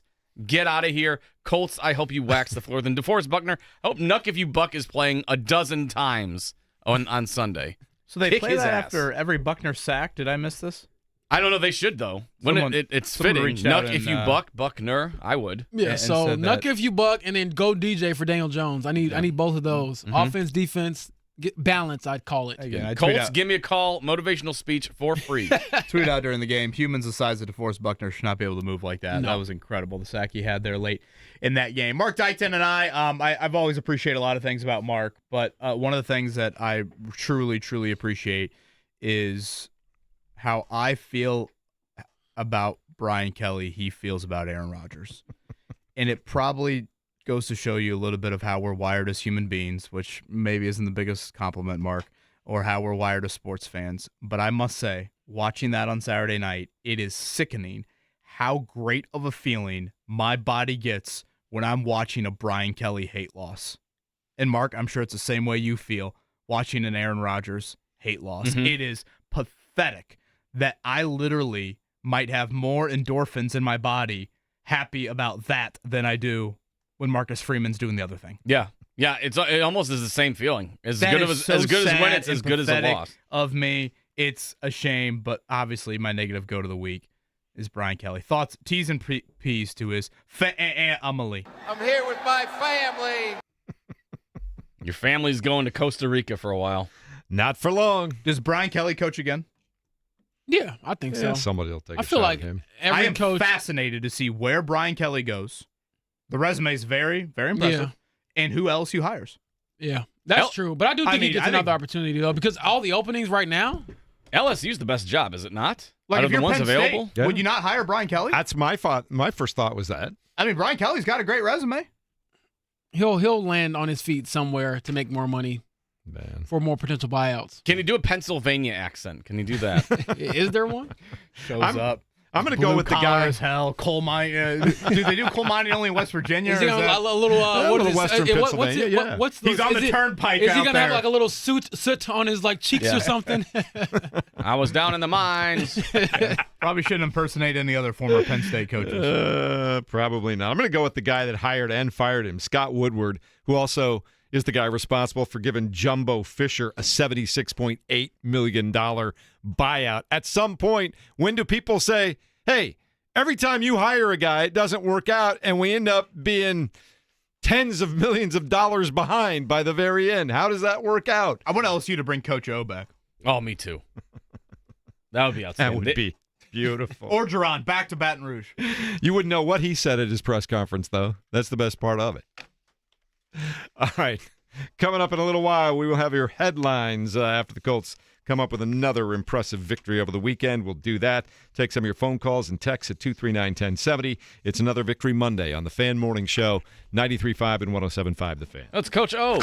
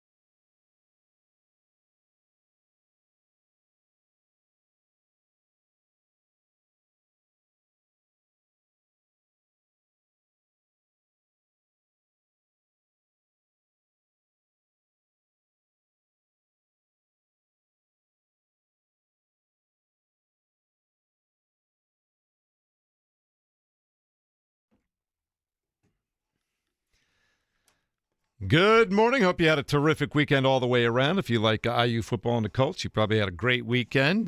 Things looking up that way. And if you hate Brian Kelly, you had a great weekend as well, as we found out with Kevin today. $54 million, though. I don't feel too bad for him. You're struggling a little bit with the homeowner thing these days, aren't you? Your weekend was not so great. Yeah, I was just mentioning off air that was just supposed to have a night. We had a very busy Friday and Saturday. Went to Headless Horseman out at Conner Prairie. Went to Stuckey Farms. Did a couple trunk or treats. Had a very busy weekend. So I said, okay, we can do all that Sunday. Just gonna take it easy, not do anything. So had breakfast, cooked pancakes for everybody. So let me do a load of laundry before the first slate of games starts here. And about halfway through the cycle, it just stopped on spin. It's like, okay, did it get jammed or something like that? Nope. Motor went out. It's done. So had to grab some Lowe's buckets and dig out all the water that was still in the washer and all that stuff, and then sounds like the Bears dump it out. Yo, I got a story for you that probably you beats you when it comes to the washing machine or dryer going out. And this is a true story. This is why I say I need better parents. So the dryer went out in our house, and I think I might have been at school or practice or at a game or something. And I had done laundry, and so I had put my clothes in the dryer and left them in there and then hit the button or whatever, went to school or whatever. And meanwhile, the dryer ran out, so my parents were trying to be proactive. They got a new dryer and had it delivered, but they had to get the old dryer taken out of the house. They let them take the dryer without looking in it. And my clothes were still in it. Oh, my gosh. Now, mind you, I never knew that the thing even went out. Who we blaming? Oh, Jesse parents. Boyd? He just blamed his parents. Jesse Boyd, Lorna Boyd, they're a tandem. They're a team. Unbelievable. Both of them. You're in this together. I come home from school or whatever. We got a new dryer. I'm like, okay, cool. Where's my clothes? And they're like, what clothes? And I'm like, you didn't look in the dryer before you gave it away? So, yeah, my mom had to get on the phone with, like, the company, and they had to give me – they were on there where it's like a landfill. So I got my clothes back. It took 11 days, business days, that is. And I remember I held it over my parents' head forever. I'm telling y'all, I didn't get the right type of nepotism. All I got was just pain and strife. How was your weekend, KB? Yeah, well, I'd hate How's your laundry? I hate to throw all I this hope in you there, never but, experienced that. But I will say, last thing, being able to stick it to your parents when you're like 15 and just tell them, like, you all disappoint me. This is all your fault, not mine. Your I'm fault. not mad. I'm disappointed. Exactly. And you can turn it around on them. I did not let them live that down for a long time. My mom was so like disappointed and like upset about that. My dad's just like, boy, you'll be all right. We'll get them back. Broken garage door at the Bowen household. Oh my God. Rolling. I was like, yeah, should we just I'll probably just manually shut it, Mads, and then I'll open it up in the morning before I go to work. She's like, nothing in here is very important. Let's just keep it open. So if you want to rob our garage, come on over. Garage sale at Kevin. Everything's free. True garage Hers sale. got a dryer or a washing machine for you over there. I know. If you get a washing machine, I'll get our one. garage is such a piece of you-know-what. I was telling out of the Braden Smith menu. Yeah. Okay, so we had Tanner Bordellini on the show earlier, Colts center. Yeah, I asked him, okay, who eats the most in the O-line room? He shared Braden Smith, plate of breakfast, plates, plural, 7 over easy eggs, 7 pancakes, and quoting him, the biggest bowl of fruit you've ever seen. Out of those 3, if we isolated those, the eggs, the pancakes, or the biggest bowl of fruit you'd ever seen, which one could you not handle? I think it's probably eggs. I got a fast metabolism, so I feel like eggs are going to mess me up. 7 pancakes. Is I just think way the too much. pancakes. The Because pancakes it are your, expands, too. I feel like I'd have a Michelin tire in my stomach. the pancakes. You're not climbing off the ground. But I feel like, well, we're on the airwaves here. I don't want to be too grab, but I feel like the eggs are just going to mess me up, bro. I'm telling you. There's a reason why I don't eat like beans Have you heard and all our that toilet stuff. down the hall? Protein. It already sounds like a bomb's going off when you fair flush in enough. there. You get enough protein in your life? Yes, I don't. The eggs are protein, man. I was great I haven't protein. thought about proteins since I Great was trying source to of lift a couple protein. weights in high school. I eat whatever Dino Nuggets has in it. Man, 7 pancakes. So like I ate 2 yesterday. I was like, oh, that's enough. Like little 4-inch ones. I'm not. I can't imagine 7 full-size ones. I cannot. That's true. I mean, like, if you go to a breakfast place and they give you like 3, I'm like, I don't need 3, man. Like, just give me one. Just bring the to-go box now. Yeah, I'm not finishing all this. Just give me one. Shout out to Braden Smith. TJ Watt coming up on Sunday for him. It's the Fan Morning Show. We'll take some of your phone calls. We'll get to headlines coming up in just a moment as well after another terrific week of football here at 93.5 and 107.5 The Fan.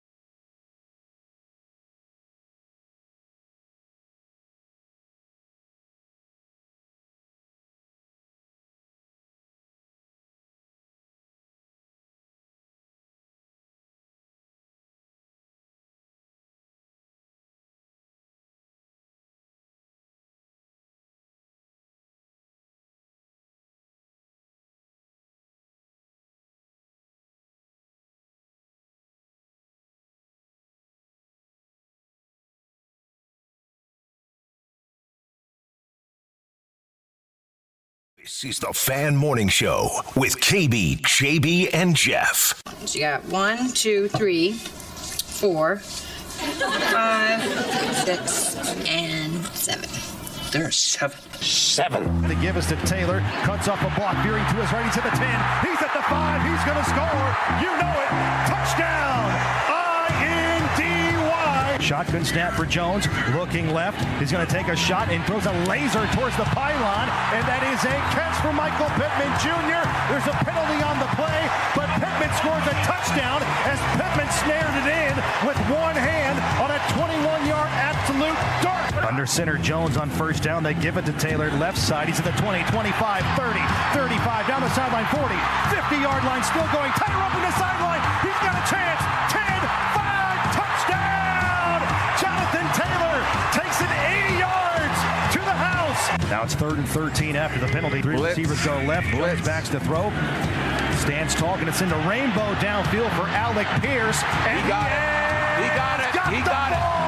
He got it. What a tremendous grab as he had a defender draped all over him, and he boxed him out like a basketball player. Shotgun snap, looks left, stands in the pocket. Now he's flushed to the right side, looking. He's got him. Part of the 2-yard line, and that is a touchdown for the Colts. This time it's Josh Downs with a score. 4th red zone trip today for the Colts. A little jump pass to Jonathan Taylor, cuts off a block. He's at the 10. He's at the 5. He's going to score again. Touchdown! And it's the 4th time this season Jonathan Taylor has 3 touchdowns in a game. All right, let's just stay calm here. Don't get all crazy on me. 7, 7, 7, 7, 7, 7, 7. I mean, I'll get in the mood. For you, I'll always get in the mood. I'll have what she's having.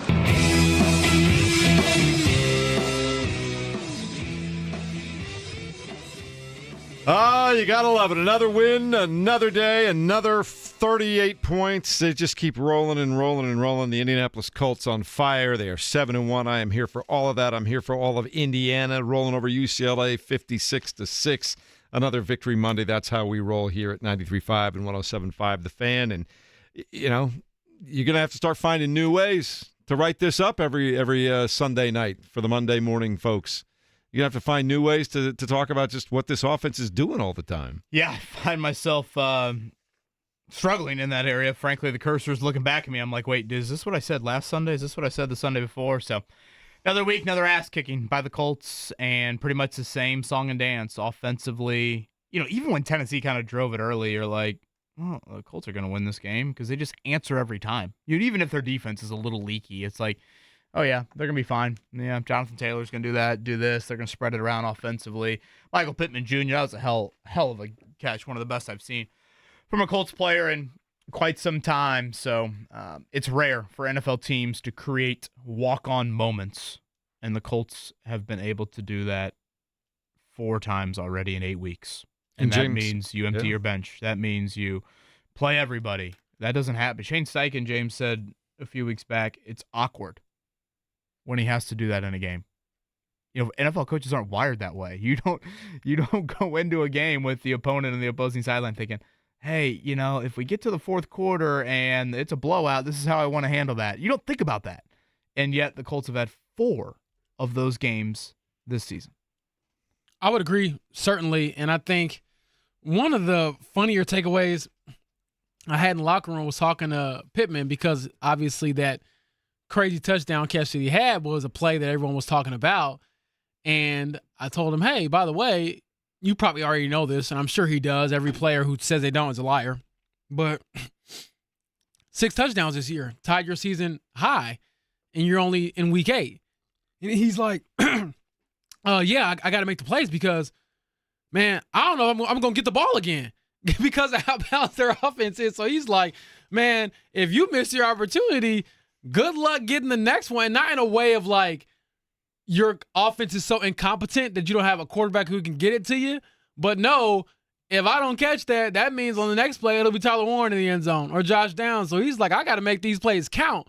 So in a way, I think the volume that Pittman is used to as the de facto number 1 receiver for the Colts might not be what he wants, but at the same time, it's hard to argue with the production when you do get the ball.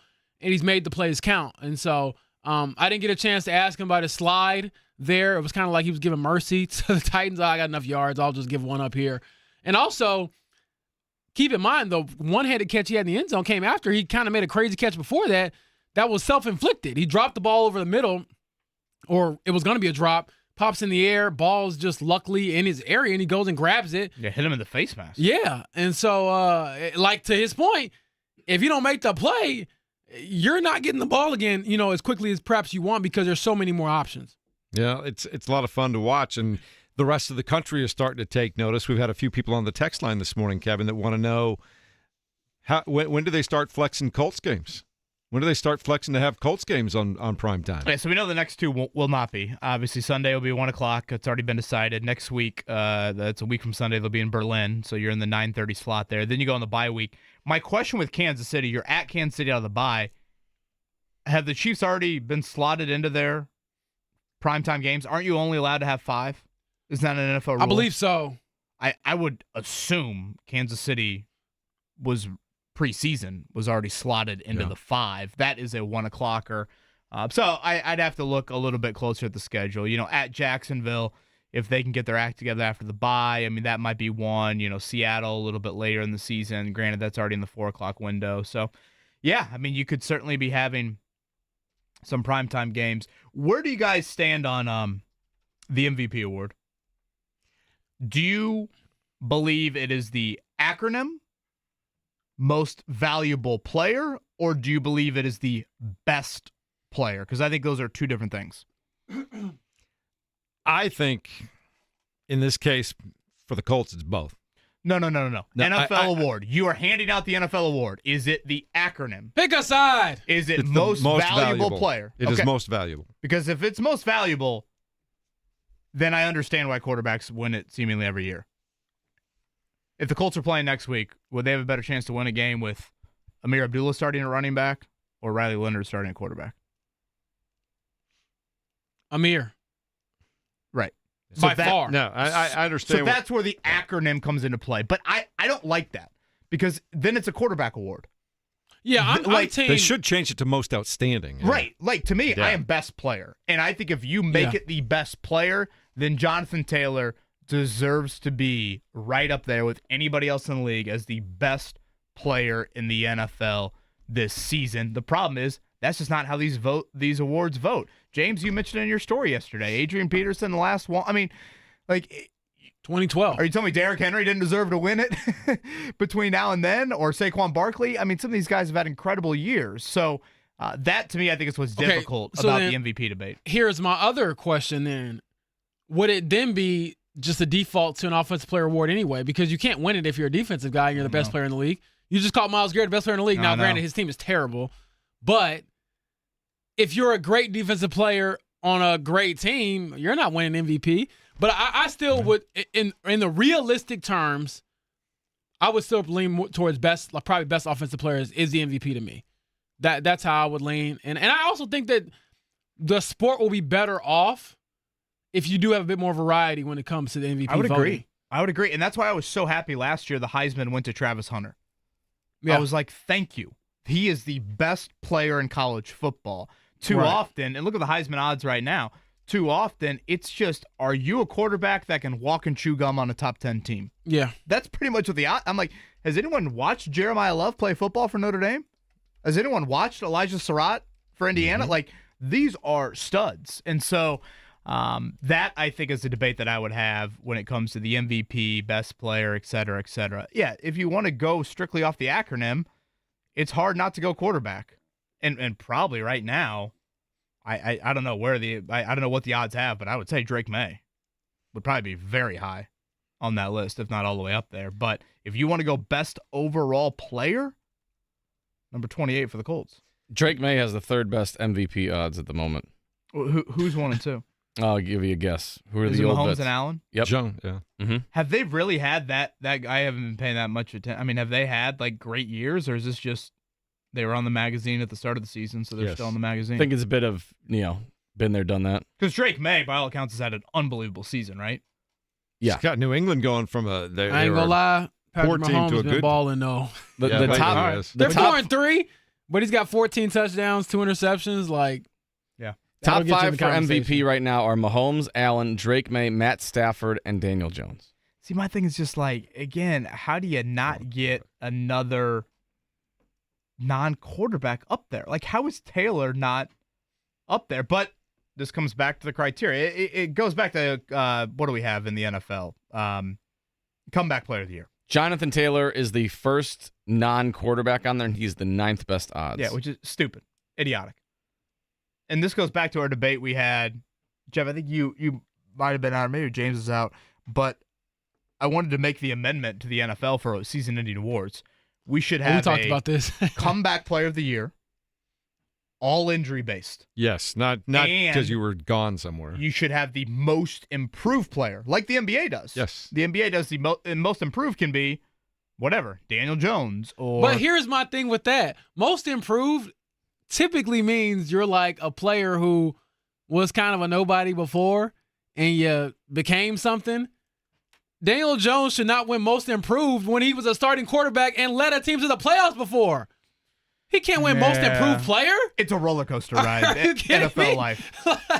When you're a Giant, you can always win most improved. Saquon Barkley could still win it. Fair enough. But that's my only pushback to that. It's like, did we just give it? You had 3 bad years. Oh, he was good again for a year? Like, I don't know. Yeah. Because, again, if we're going to go off of strictly the acronym of most valuable player, then the hypothetical I threw out there of you're playing the Steelers on Sunday with Amir Abdullah or Riley Leonard. You're picking Amir Abdullah 10 times out of 10. That's just the reality of how quarterback works. 1,000%. I also go back to a conversation I heard Peyton Manning having one time, too, when they were talking about those great Colts teams and the offense. And he goes, honestly, the thing that made our offense work was the running game and edge. Everything else came off of that. And I just always thought that was an interesting perspective when you had the great receivers that they had and you had the multiple-time MVP at quarterback. That sounds good, but I think I'd be taking Dominic Rhodes starting for me over Mark Rippon or whoever the back. But his point Brock was Heward. Having that explosive running back and the ability to make the running game go is what set, in his mind, set everything else up and made it work. Peyton Manning was a 5-time league MVP, right? I'm 4 times with the Colts. Said. Yeah, that's called being a great leader. I can say you're a liar. Wow. Quick sidebar, by the way. So we were talking about Colts Chiefs potentially getting flexed. I mean, it's not impossible. They would have to flex another Chiefs game out of primetime, though. But you're supposed to have 6 maximum primetime games. So 6 the Chiefs have 7, and they have actually 8 standalone games because they play the Cowboys on Thanksgiving. So make that make sense. But yeah, they play. Maybe Thanksgiving doesn't count. I don't think it does as far as primetime, but it's as far as standalone. That's but a good point. That's 8 then. So they still have 7 to go. They have 7 total primetime games. So they play the Commanders tonight. Then they don't play on primetime again until week 14 against the Texans. Could that one get flexed out and you replace Colts Chiefs with Chiefs Texans? Yeah, I could see that. I'm not ready for all this. Hey, you know what? Give the Colts their respect next year. I like my 1 p.m. kickoffs as God intended. And then week 17 they play the Broncos on Christmas Day. Yeah, I'm getting nervous just thinking about it. I like think you would rather play Kansas City in a little sleepy 12 o'clock Central Time kickoff, right? Arrowhead might not be as lively. Oh, they'll be lively for that one. Well, yeah, but that gets sandwiched into what? You said Thanksgiving's around there, Mark, and don't they have Denver right around the Colts too? Those people have Patrick Mahomes. They will be there for that game. Man, are you Taylor kidding me? Swift will be in the suite. Are you kidding me? They got to sit on their hands for one of these games. By the way, that week 2 win over Denver. Ooh, it's looking really good right now. Good. Can you imagine if that game had flipped the other way? I know. But if we're 5th, we'd all be a little That is a huge one right when now. you're talking about the standings right now. Because remember, and I know this sounds stunning, and I can't believe I'm saying it, but it's a reality of where the Colts are in 2025. For those that haven't been keeping up to the old playoff format in today's NFL, there's only 1 bye. No more 2 byes, just 1 bye. So the 1 seed gets the bye, and the 2's playing on Wild Card Weekend. And that 2-7 matchup right now would probably be what, like Herbert or Allen or Mahomes? I mean, somebody pretty good on the road in the wild card round there. So that win over Denver, extra big. At the very least, I think Colts Chiefs is getting flexed to the 425 slot. Don't you think at this point? Yeah, I just don't know how that works. There's no way that's going to be a 1 o'clock start.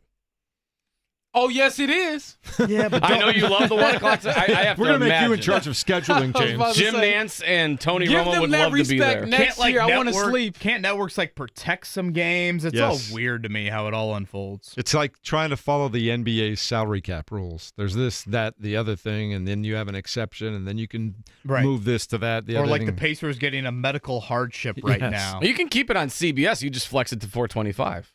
Which, again, we will get no answer on this for at least multiple weeks. So I feel like Mark just want me to square up with him at this point. Now, We're not flexing nothing but these knuckles you keep talking about. 1 p.m. You know what? I've already got washing machine issues. I'll take your clothes in my dryer, too, if you're not careful. Just so you know, the top 3 teams in the AFC right now, the Colts are 7-1, the Broncos and Patriots are 6-2. James, in your days on the NBA beat, did you ever have a medical hardship situation? I'm trying to think. Because I want to make sure I got these rules I right don't think here. so because you know what? I covered the NBA when they were coming right out of COVID. So all the rules were weird. Throw Then those out they the had window. a bunch of hardship, acquaintances. I'm sorry, not accommodations is the word I want to use. So if I'm reading this right, it requires 4 players to miss at least 3 games. Well, last night would have been their 3rd game, and those players have to be out at least 2 weeks. So that would be Halliburton, of course. Cam Jones and TJ McConnell fall into that boat. And now I guess the question would be, is Matherin or Nembhard going to miss 2 weeks? Which the 3rd game, I guess, for them, though, technically for Nembhard specifically, is it got to be a full game? Because now you might wait. Because I was thinking, are they going to get a point guard? I saw a report yesterday where Cam Payne, who was in training camp with the Pacers, but they cut him, he was going to go overseas, but then I think the report said, no, now the NBA offers are looking better for him, so he might stay over here. Well, I would assume that means rejoin the Pacers.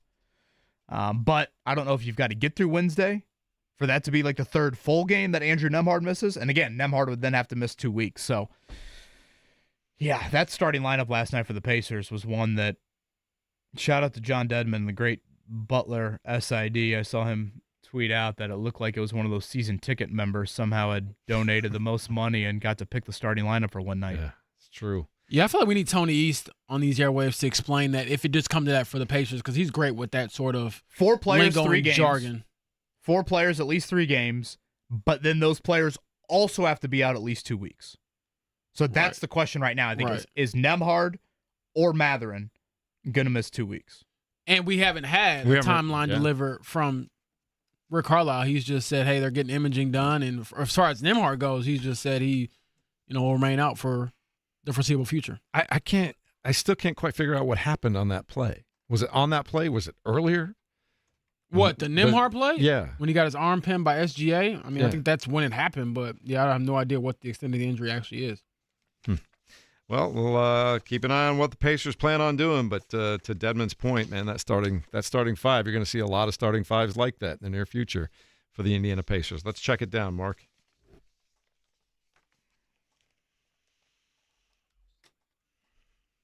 The Colts improved to 7-1, a 38-14 win over the Tennessee Titans. What a day for Jonathan Taylor, 153 yards rushing on only 12 carries. 2 touchdown runs, a touchdown reception, which is a shovel pass there. Daniel Jones had 3 touchdown passes and 272 yards passing. Michael Pittman Jr., 8 catches, 95 yards and a touchdown. That's starting almost to sound like a regular – those numbers just sound like a regular week for them these days. Yeah, pretty crazy stuff. JT, through his first 5 years in the NFL, had just 2 games with 3 total touchdowns. He has 4 of those games through 8 weeks this season. All right, so they are 7-1. They're in first place in the AFC South, and they take a trip to play the Pittsburgh Steelers. Already, Kevin Bowen, 3-point favorites for the Colts on the road, and the over-under is 49.5. Pittsburgh looked very bad in the second half last night, and Shane Steichen has owned Mike Tomlin and Terrell Austin here over the last couple of seasons. So, I get it's Pittsburgh, and I get the atmosphere is going to be tougher, and they've had a decent start to the season here, but a little reeling. And again, Steichen has really torched Pittsburgh in his recent career. Pittsburgh once had a 9-point lead in last night's game against the Packers, but ended up losing it by 10, 35-25. Jordan Love had 360 yards and 3 touchdowns in that game. And for fantasy purposes, Tucker Kraft, the tight end, marked 7 catches, 143 yards, and 2 touchdowns. I am a Tucker Kraft owner in our fantasy league, so that was good to see. All right, later on tonight, Monday Night Football, Washington Commanders take on the Kansas City Chiefs at 8:15. The Indiana Pacers last night, they hung tough. We've been talking about their lineup challenges and having 7 guys that are unavailable right now. They pushed Minnesota to the limit, 114-110. The Timberwolves did get the win. The Pacers dropped to 0-3. But you keep using the word gritty. Rick Carlisle using the word gritty. That was, in defeat, a pretty gritty performance for that team last night. Yeah, it was. Siakam was outstanding, and, it was just a hodgepodge of dudes and random guys bringing the ball up, playing point guard. So it's been a pretty wild start for this team so far. Again, at Dallas coming up Wednesday, home for a few, and 1 week from tonight. Anybody? I actually don't know this. Is that when trade deadline? Miles Turner's coming back? Turner back inside of Gamebridge Fieldhouse. A little bit of a slow start individually for Miles up there in Milwaukee. Number 2 in the nation, that remains the case for the Indiana Hoosier football team after a 56-6 win over UCLA. Purdue had a chance against Rutgers, but the end got sideways on Ryan Brown's attempted reception of his own deflected pass. Yeah, it was just awful. Yeah, Purdue football buddy just texted up. That's Purdue football. Just brutal. Yeah, basically tried to catch his own pass and did, and then fumbled it, and now Rutgers is in field goal range to win the game. So brutal. And Purdue has a absolutely murderous month of November here. So them and IU have opposite Novembers. Purdue is loaded, and Indiana has, I want to say it's 1 combined Big Ten win in their Final Four opponents or something like that. Yeah, they will play at Maryland next week. The Hoosiers will. Purdue will be at number 21 Michigan. Notre Dame gets back in action after a bye this past week. They'll take on Boston College. They are the 12th ranked team in the nation, but a lot of the Irish fans won despite not having a game this past weekend, Kevin. T's and P's to Brian Kelly and his family. Has always been a stand-up individual, always seems just like a warm, fuzzy guy you just want to hug and root for and cheer for, and bitterness is still alive and well in my body here. And a shout-out to whoever created the picture yesterday of a dad, Marcus Freeman, holding a baby with the picture of Brian Kelly's face on it. It's a great night to be a Tiger. I'm here with my family. Do you think Maddie would be disappointed if I changed the background on my phone to that picture of Marcus Freeman holding baby Brian Kelly? I think she'd find that amusing. She would. Okay. For a moment. Did you? I think that's one of those temporary. It sounds like that'd be a debate between that and the SI magazine. Tread lightly, my friend. How's that going, by the way? So far, they are still in the downstairs shower that we've never used. I think they will be kept. Thank you for all of those that have reached out and showed support. I have heard no one say, shocking, there's only one voice that matters. Very biased audience here. There's only one voice that matters. A sports audience. I think Maddie has been supportive. Good. Thank you for that. All right. But they need to be moved to a different location. So trying to secure that. I don't want them getting all mildewy down there. We got to make sure these things are vacuum sealed. No, this is a very good point, James. And trying to do that with a broken garage right now, it's moved down the pecking order. Bigger fish to fry is what you're saying? Exhibition basketball, Indiana over Baylor 76-74.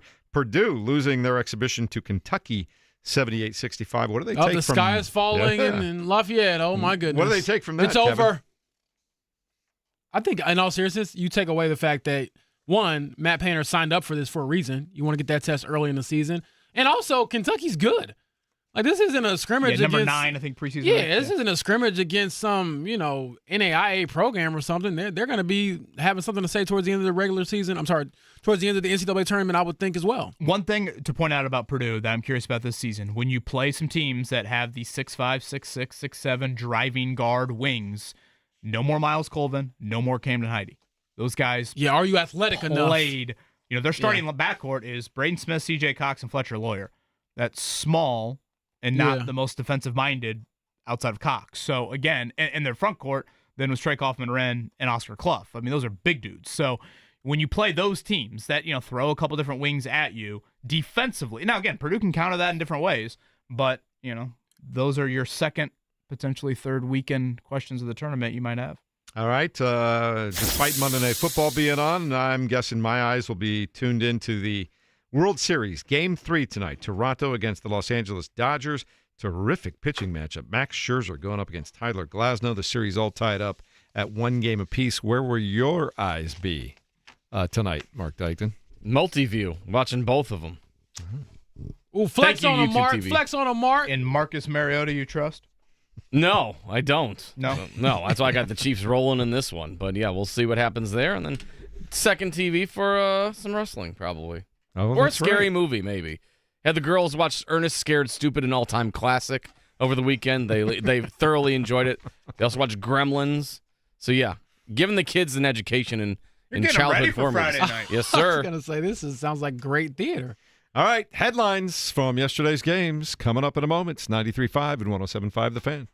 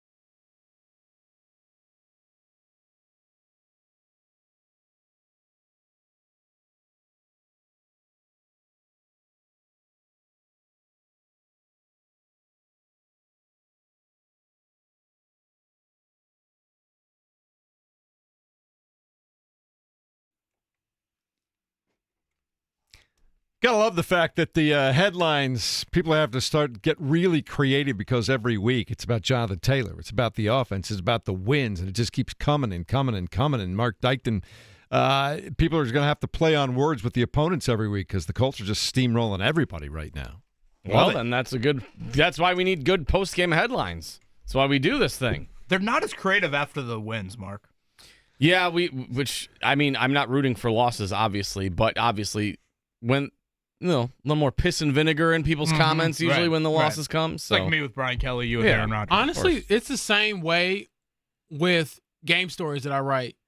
Like when they lose, you'll get like 50 comments and 35 of them are just this team stinks. Oh yeah. And then today, hey, JT's the MVP was my game story. I got like 5 comments and everyone obviously reading it, but they're just like, well, we expected this because they beat the lowly Titans. I think the next big one, win or lose, we'll get a lot of headlines and creativity from will probably be the Chiefs game. No, I want it next week when the Colts wax the floor with Aaron Rodgers. Well, I don't know if everyone shares the same people. disdain for him as you. I want an Aaron Rodgers shaped imprint on the field of Heinz Field. Please. You're not one of those people who would be happy if he got injured or anything. No, I don't root for injuries, but I would like him to be sore. No. If you're a true hater, you want that player to be healthy and stink. Right. I want him to be healthy and take every blow of punishment he possibly can. All right, what do we have for headlines this week? Mark Dykton, set me up. Read all about it. I can't read it. There's no words on it. I'm Ron Burgundy, and this is what's happening in your world tonight. Ripped from the headlines of the newspaper. We'll do it live. Post-game headlines. Thing sucks. All right, so we said it was a little lacking. There are lots of Jonathan Taylor love, which there should be because he's been incredible so far. So far, we had Eric, who said Titanic. Play on words of Titan, obviously. Titanic ass-kicking. Love it. So that was good there. Taylor takes down Titans was Holly. Finally, proud IU football fan said, forget the Titans, remember Taylor. That's the one. I like that one a lot. That's a banger. That's well done. And then my personal favorite came from Kevin Bowen fan. Sir. Kevin Bowen's fake account said 2 games is a sweep. You're damn right it is. Is that your burner? No. Let's check his VPN and where's the old IP address? Yeah, the IP address. His picture is literally you on air with a Plot Rickens shirt. Well, he must be like, is he dialed in the cameras in here? Maybe that's how he's getting it. Get one of those Nielsen pager, meters for that human there. Yeah, a lot of Jonathan Taylor centric ones here. Billy says this: Taylor best Colts RB ever. That is quite the statement or question. You know what? And you know what? I'm with you, James. Go ahead. As the kids say, I'm rolling on that. Yes, I agree. Falk and Dickerson were better elsewhere. Yeah. Edgerrin, boy. Yeah, it's a great debate. Slight edge to edge right now, but on the pathway, Jonathan Taylor is going Cam Jones type speed, catching up to the old edge. The fact that it's a legit debate now I know. is wild. Ain't no debate to me. JT's the best running back to ever wear that uniform. I mean, I might be leaning towards James, I think. I think Edge still takes the cake. Well, no disrespect to the legend Lenny Moore from way back when, but of modern running backs. Yeah. But Jonathan Taylor is humming here. Rank and flush. Save Jonathan Taylor for December. It's funny. I do have those like internal debates with myself. Like yesterday, I think I tweeted in the first quarter, I'm looking up Jonathan Taylor's career high. But then I'm like, when they just blow these teams out, he's never going to get it because they don't leave him in the game. And they did save him. He had 12 carries yesterday. I know. I mean, was yesterday's fewest touches of the season? It might have been. We keep scoring touchdowns from 80 yards and 30 yards and stuff like that. You don't need to get the ball very often, though. That's the end of the possession. Yeah. You don't get paid by the rush. You can just, you can clock in 6 on one run. Boy, do you remember how contentious, not just between Jim Irsay and Jonathan Taylor when it came to his contract, but the fan base and Jonathan Taylor. People were like, don't pay running backs. He always gets hurt. Forget about it. Doesn't matter. And you look up. Wait a second. It was a good idea to invest in that guy. What's our boy's name? His agent, Malky Kawa or whatever? Yes. What was his agent's name? Yes. Is that it? Malky Kawa? I'm trying to think what it was. I remember he DM'd me one time. That was quite an event. He wasn't hiding behind the scenes there. He made a TikTok He was all with the about voices it. of everyone who trashed JT saying he wasn't going to get paid. Thankfully, I wasn't in there. He made a TikTok about it after he got his money. Gosh, unbelievable. How so wild. Here's time. a stat for you, though. I had to look this up. So JT leads the league in scrimmage yards. 2 players are over 1,000. So JT's at 1,056. The other player over 1,000 is Christian McCaffrey, who's had 28 more touches but gained 7 fewer yards. He got shut that down gives you some yesterday, too. perspective of how great JT has been. Every week he's put on the show. His bad week was like having 3 touchdowns and only 80-something rushing yards. Wow. I mean, it's special stuff, man. He is in. I remember a couple weeks ago walking out of the locker room, Kevin, and we were talking about Quentin Nelson, and he was like, "Yeah, that's a Hall of Famer right there." And I turned to him and I said, "Well, you know that's you too, right?" Right. Oh yeah. And he's like, I got to give it more time. Yes, I would agree, but no, you are also going to get a gold jacket. There are 2 Hall of 6 years Famers. in, he is on a direct pathway. There are 2 Hall of Fame caliber players on this team right now, and it's Quentin Nelson and it's Jonathan Taylor. Quick question for you guys. I haven't talked about it all today. We talked about it a lot last week. We'll probably talk about it a lot this week. Where are we at on bolstering the defense via trade at this point in time? Yeah, obviously a conversation we can probably expand on tomorrow. I am still a fan of it, and I vote pass rush a little bit more than corner. I could get talked into both. But yes, I think it's necessary. I think you owe it to your offense. And a little bit of this roster. Like, I don't want to act like the Colts are an old football team, but they do have several guys, 29, 30, 31, 32 years old. You know, when you reach that age in the NFL, these things don't grow on trees. So, yes, for one of the few times in the Chris Ballard era, I will say a week before the trade deadline, you need to buy. It's not possible. I'm not saying it's even remotely possible. You imagine Myles Garrett on this team? All right, now back in reality. No, I'm just saying. You can imagine for a minute. We should mention Trey Anderson got hurt yesterday for the Bengals, so re-aggravated that hip injury. They lost. Could you imagine Myles Garrett on this team? So yeah, Max Crosby, like, man. And again, one thing just to keep in mind for today, we'll see. Shane Steichen will have a Zoom coming up this afternoon. The Colts have had a couple of guys flash up on a Monday with concussion symptoms. Josh Downs comes to mind. Travarius Ward comes to mind. Daniel Jones took a big hit of a slam of the head to the turf there on that sack. I was a little surprised he didn't get checked out. So we'll see if there's anything lingering on that. All right, we'll get you ready to go for the rest of your Monday as well as we continue the Fan Morning Show in a moment. Still time to get your thoughts in via the text line at 239-1070. You're listening to 93.5 and 107.5 The Fan.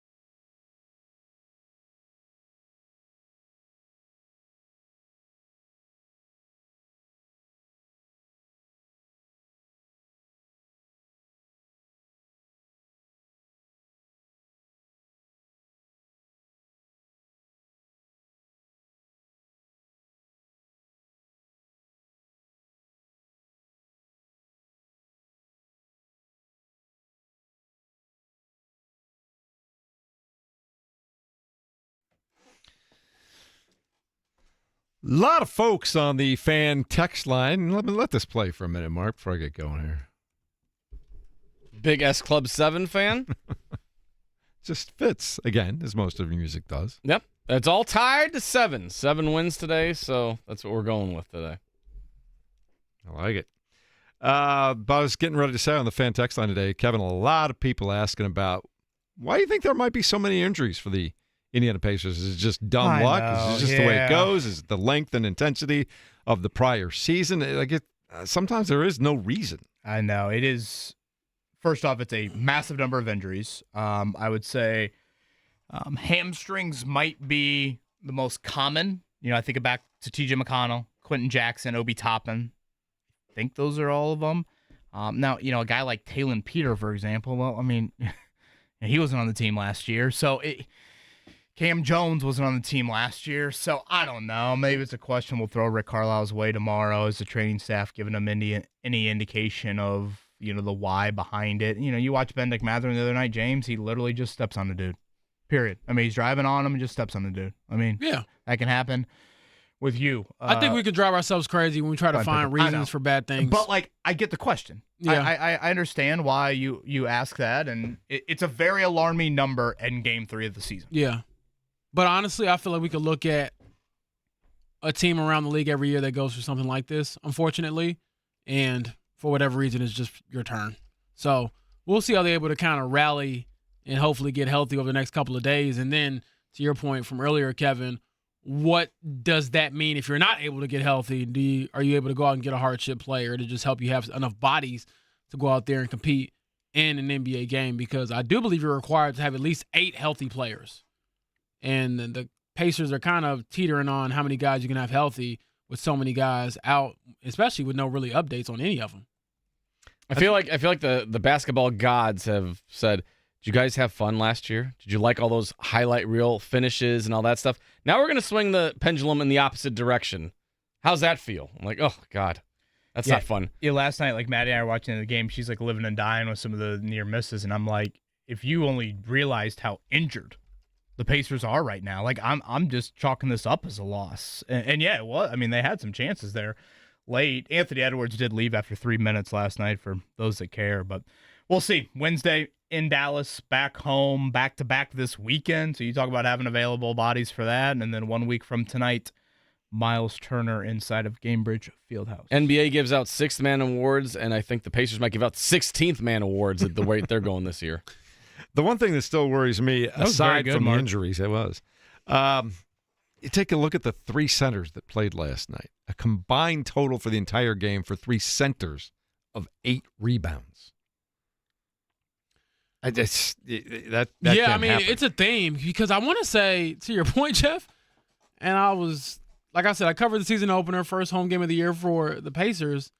In that game, in a double overtime game, one of the longest games you'll have all year, the centers had more fouls combined than points and rebounds in a game that was 58 minutes.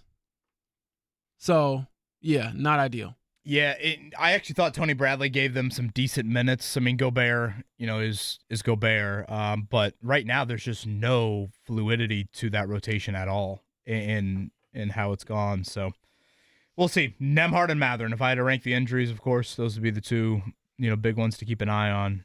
Because I actually thought Mathurin was having a great start to the season, albeit only in about a game and a half. Can you imagine poor Rick over there on the sideline just trying to figure out what can I do? What combination can I throw out there right now? Just look at the starting 5 he settled on last night. Again, I hate to repeat myself, but for those that maybe missed it in the 7 or 8 o'clock hours, I'm watching the game Saturday night, Game 2 of the Pacers season, and in the first quarter, it's Ray J. Dennis and Talon Peter in the backcourt. I mean, there's probably a good chunk of our audience that don't even know who Ray J. Dennis and Talon Peter are. That's a Noblesville Boom starting lineup, not a first quarter of a, Game 2 of the season here. So it's a sad reality with where the Pacers are at. Yeah, I had said, and I was holding strong to it too, about the Pacers being a 500 team this year, even without Halliburton and Miles Turner being gone. But the injuries keep up. You can't even I can't even see 35 wins if these injuries keep going the way they're going, Kevin. Just don't have guys. Don't have NBA guys at a certain point. Certainly don't have NBA starters. Yeah, it can change the conversation in a hurry, but 79 more nights is a long, long time. So we'll see how the season unfolds. Last year, if you want to, play that game, what were they? 10 and 15 at one point. So it's a long, long time. And it pairs, I think, with one of your more difficult stretches of the schedule. So if you're going to pair it with any, I think it's a good pairing to have. Yeah.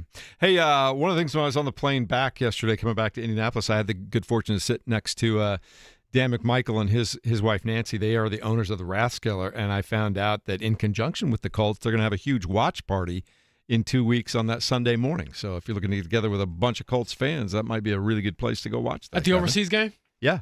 Love me the Rathskeller. Spent numerous nights there when I was living in Fountain Square and living downtown. Excellent, excellent establishment, and obviously their German heritage speaks for itself. So that seems to be great. I tell you what, you have a couple of beers at the Rathskeller at 9:30 in the morning, and oh boy, that's a hell of a Sunday. I would think there's like Bloody Marys being on the menu there, right? I don't know. Maybe Bloody Mary is the one that has tomato juice. Yes. Mm-hmm. If you drink that, you don't love yourself. Yeah. You can't convince me that. What is it? Is it tomato juice and like vodka or something? I've never had one. Yeah, it's vodka, tomato juice, and like you can put celery sticks in it usually. See, nah. All right.